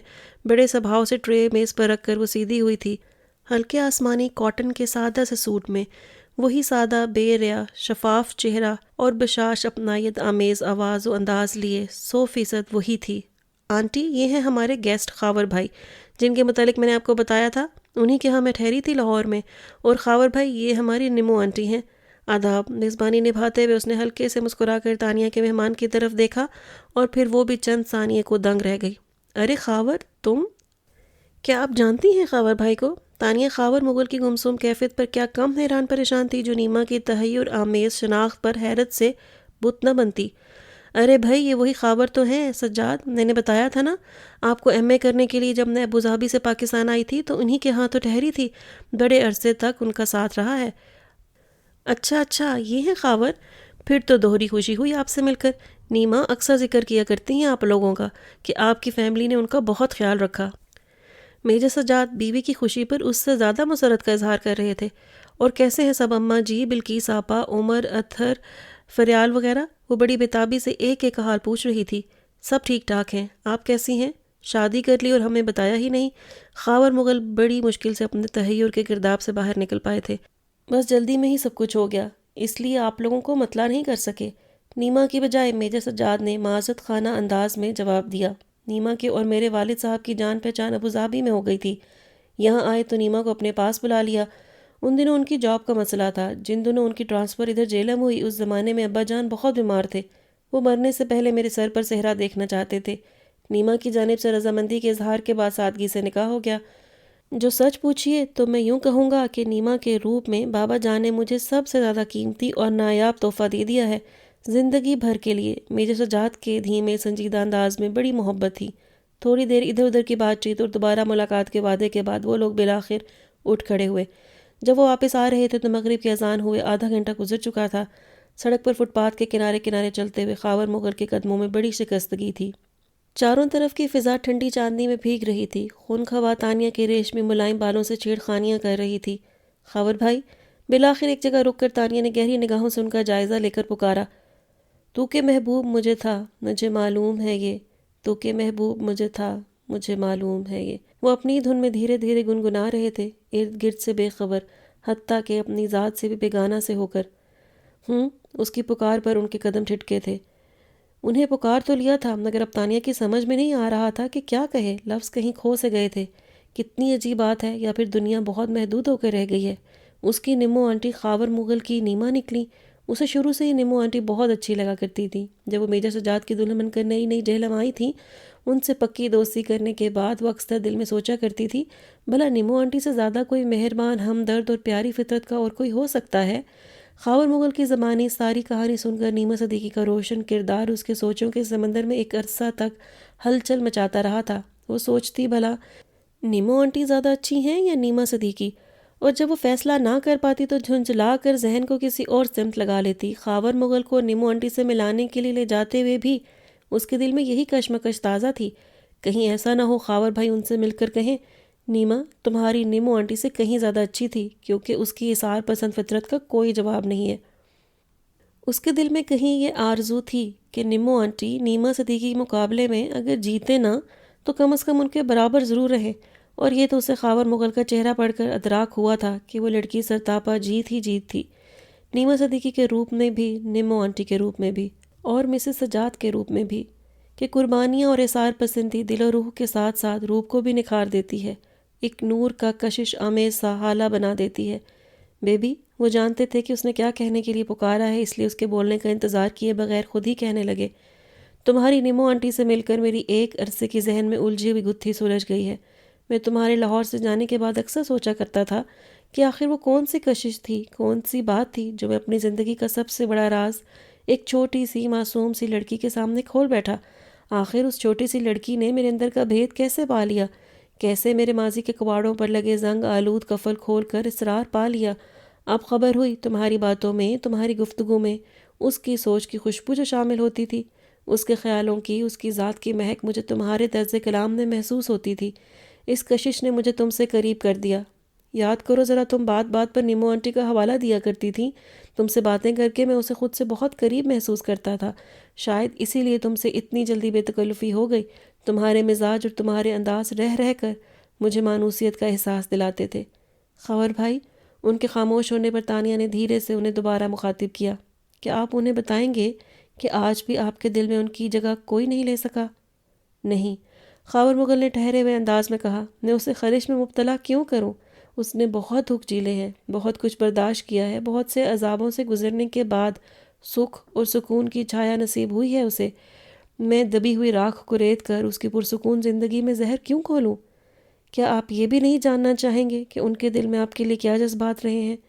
تانیہ ان کے رنگ بدلتے چہرے پر نظریں جمائے ہوئے تھی۔ نہیں، انہوں نے تھکے تھکے انداز میں سانس کھینچا۔ بیبی، کچھ سوال ایسے بھی ہوتے ہیں جن کی خوبصورتی نوکے زباں کی بجائے دل میں رہنے میں پوشیدہ ہوتی ہے، زبان پر آ جائیں تو اپنا حسن اور معنی کھو بیٹھتے ہیں۔ بعض اوقات اسرار بھی فرار کا ذریعہ بن جایا کرتا ہے۔ وہ اپنے گھر میں خوش ہے، مطمئن ہے، اسے اپنے شوہر اور بچوں کی محبت حاصل ہے، میرا دل اس بات پر بہت مطمئن ہے، میں کسی بھی طرح ماضی کے کسی تذکرے سے اس کو اس کا تلخ اور کربناک ماضی یاد نہیں دلانا چاہتا۔ اس کو خوش اور ہنستا بستا دیکھ کر میرے دل پر پڑی احساس جرم کی سل کچھ کھسک گئی ہے۔ بیوی وہ اتنی اچھی ہے کہ جس کے ساتھ بھی جہاں بھی رہے گی پھول کھلا دے گی۔ شرط یہ ہے کہ کوئی ان پھولوں کا قدردان بھی ہو، ہماری طرح بے قدرہ نہ ہو، اور سچ شکر کہ اسے ایسا قدردان مل گیا۔ وہ خوش ہے، میں اس میں خوش ہوں۔ سچی محبت کرنے والے سود و زیاں نہیں دیکھتے، وہ محبوب کی خوشی میں خوش رہتے ہیں۔ آؤ چلیں۔ وہ آگے چل پڑے تھے۔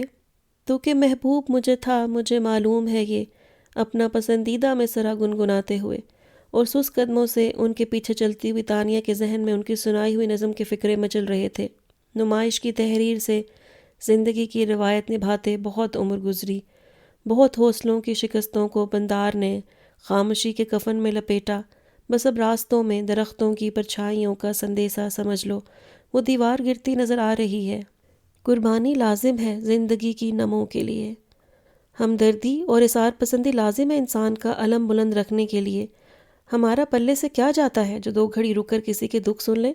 زندگی کو اس قدر خود غرض بھی نہیں بنا دینا چاہیے کہ زندگی کا پتہ دیتی دھڑکنوں کے راگ بھی کانوں تک نہ پہنچ پائیں۔ حوث زر اور طلب حسن کے ماں سوا بھی ایک شے ہوا کرتی ہے، انسان دوستی۔ انہی سوچوں میں گھر قریب آتا جا رہا تھا۔ بیرونی لائٹس کی روشنی نے ان کے قدموں کو جگمگا دیا تھا۔ وہ دونوں روشنی سے لمحہ بلمحہ قریب ہوتے جا رہے تھے۔ جی تو اس کے ساتھ ہی کہانی کا جو ہے وہ اینڈ ہوتا ہے۔ شازیہ چودھری بہت خوبصورت لکھتی تھیں جذبوں کی اور رشتوں کی سچائیوں کے ساتھ، اور جو 90s کا اور ارلی 2000 کا ٹائم ہے اس میں انہوں نے بہت لکھا اور بہت خوبصورت لکھا۔ میں نے یہ کہانی پہلے نہیں پڑھ رکھی تھی، میں نے یہ فرسٹ ٹائم پڑھی ہے۔ میں نے ان کی بہت ساری کہانیاں پڑھی ہیں، یہ میری نظروں سے نہیں گزری تھی، تو پڑھ کے مجھے بہت اچھا لگا اور میں نے سوچا آپ سے شیئر کروں۔ اپنی رائے کا اظہار ضرور کیجیے گا، اپنا بہت خیال رکھیے گا۔ اللہ حافظ۔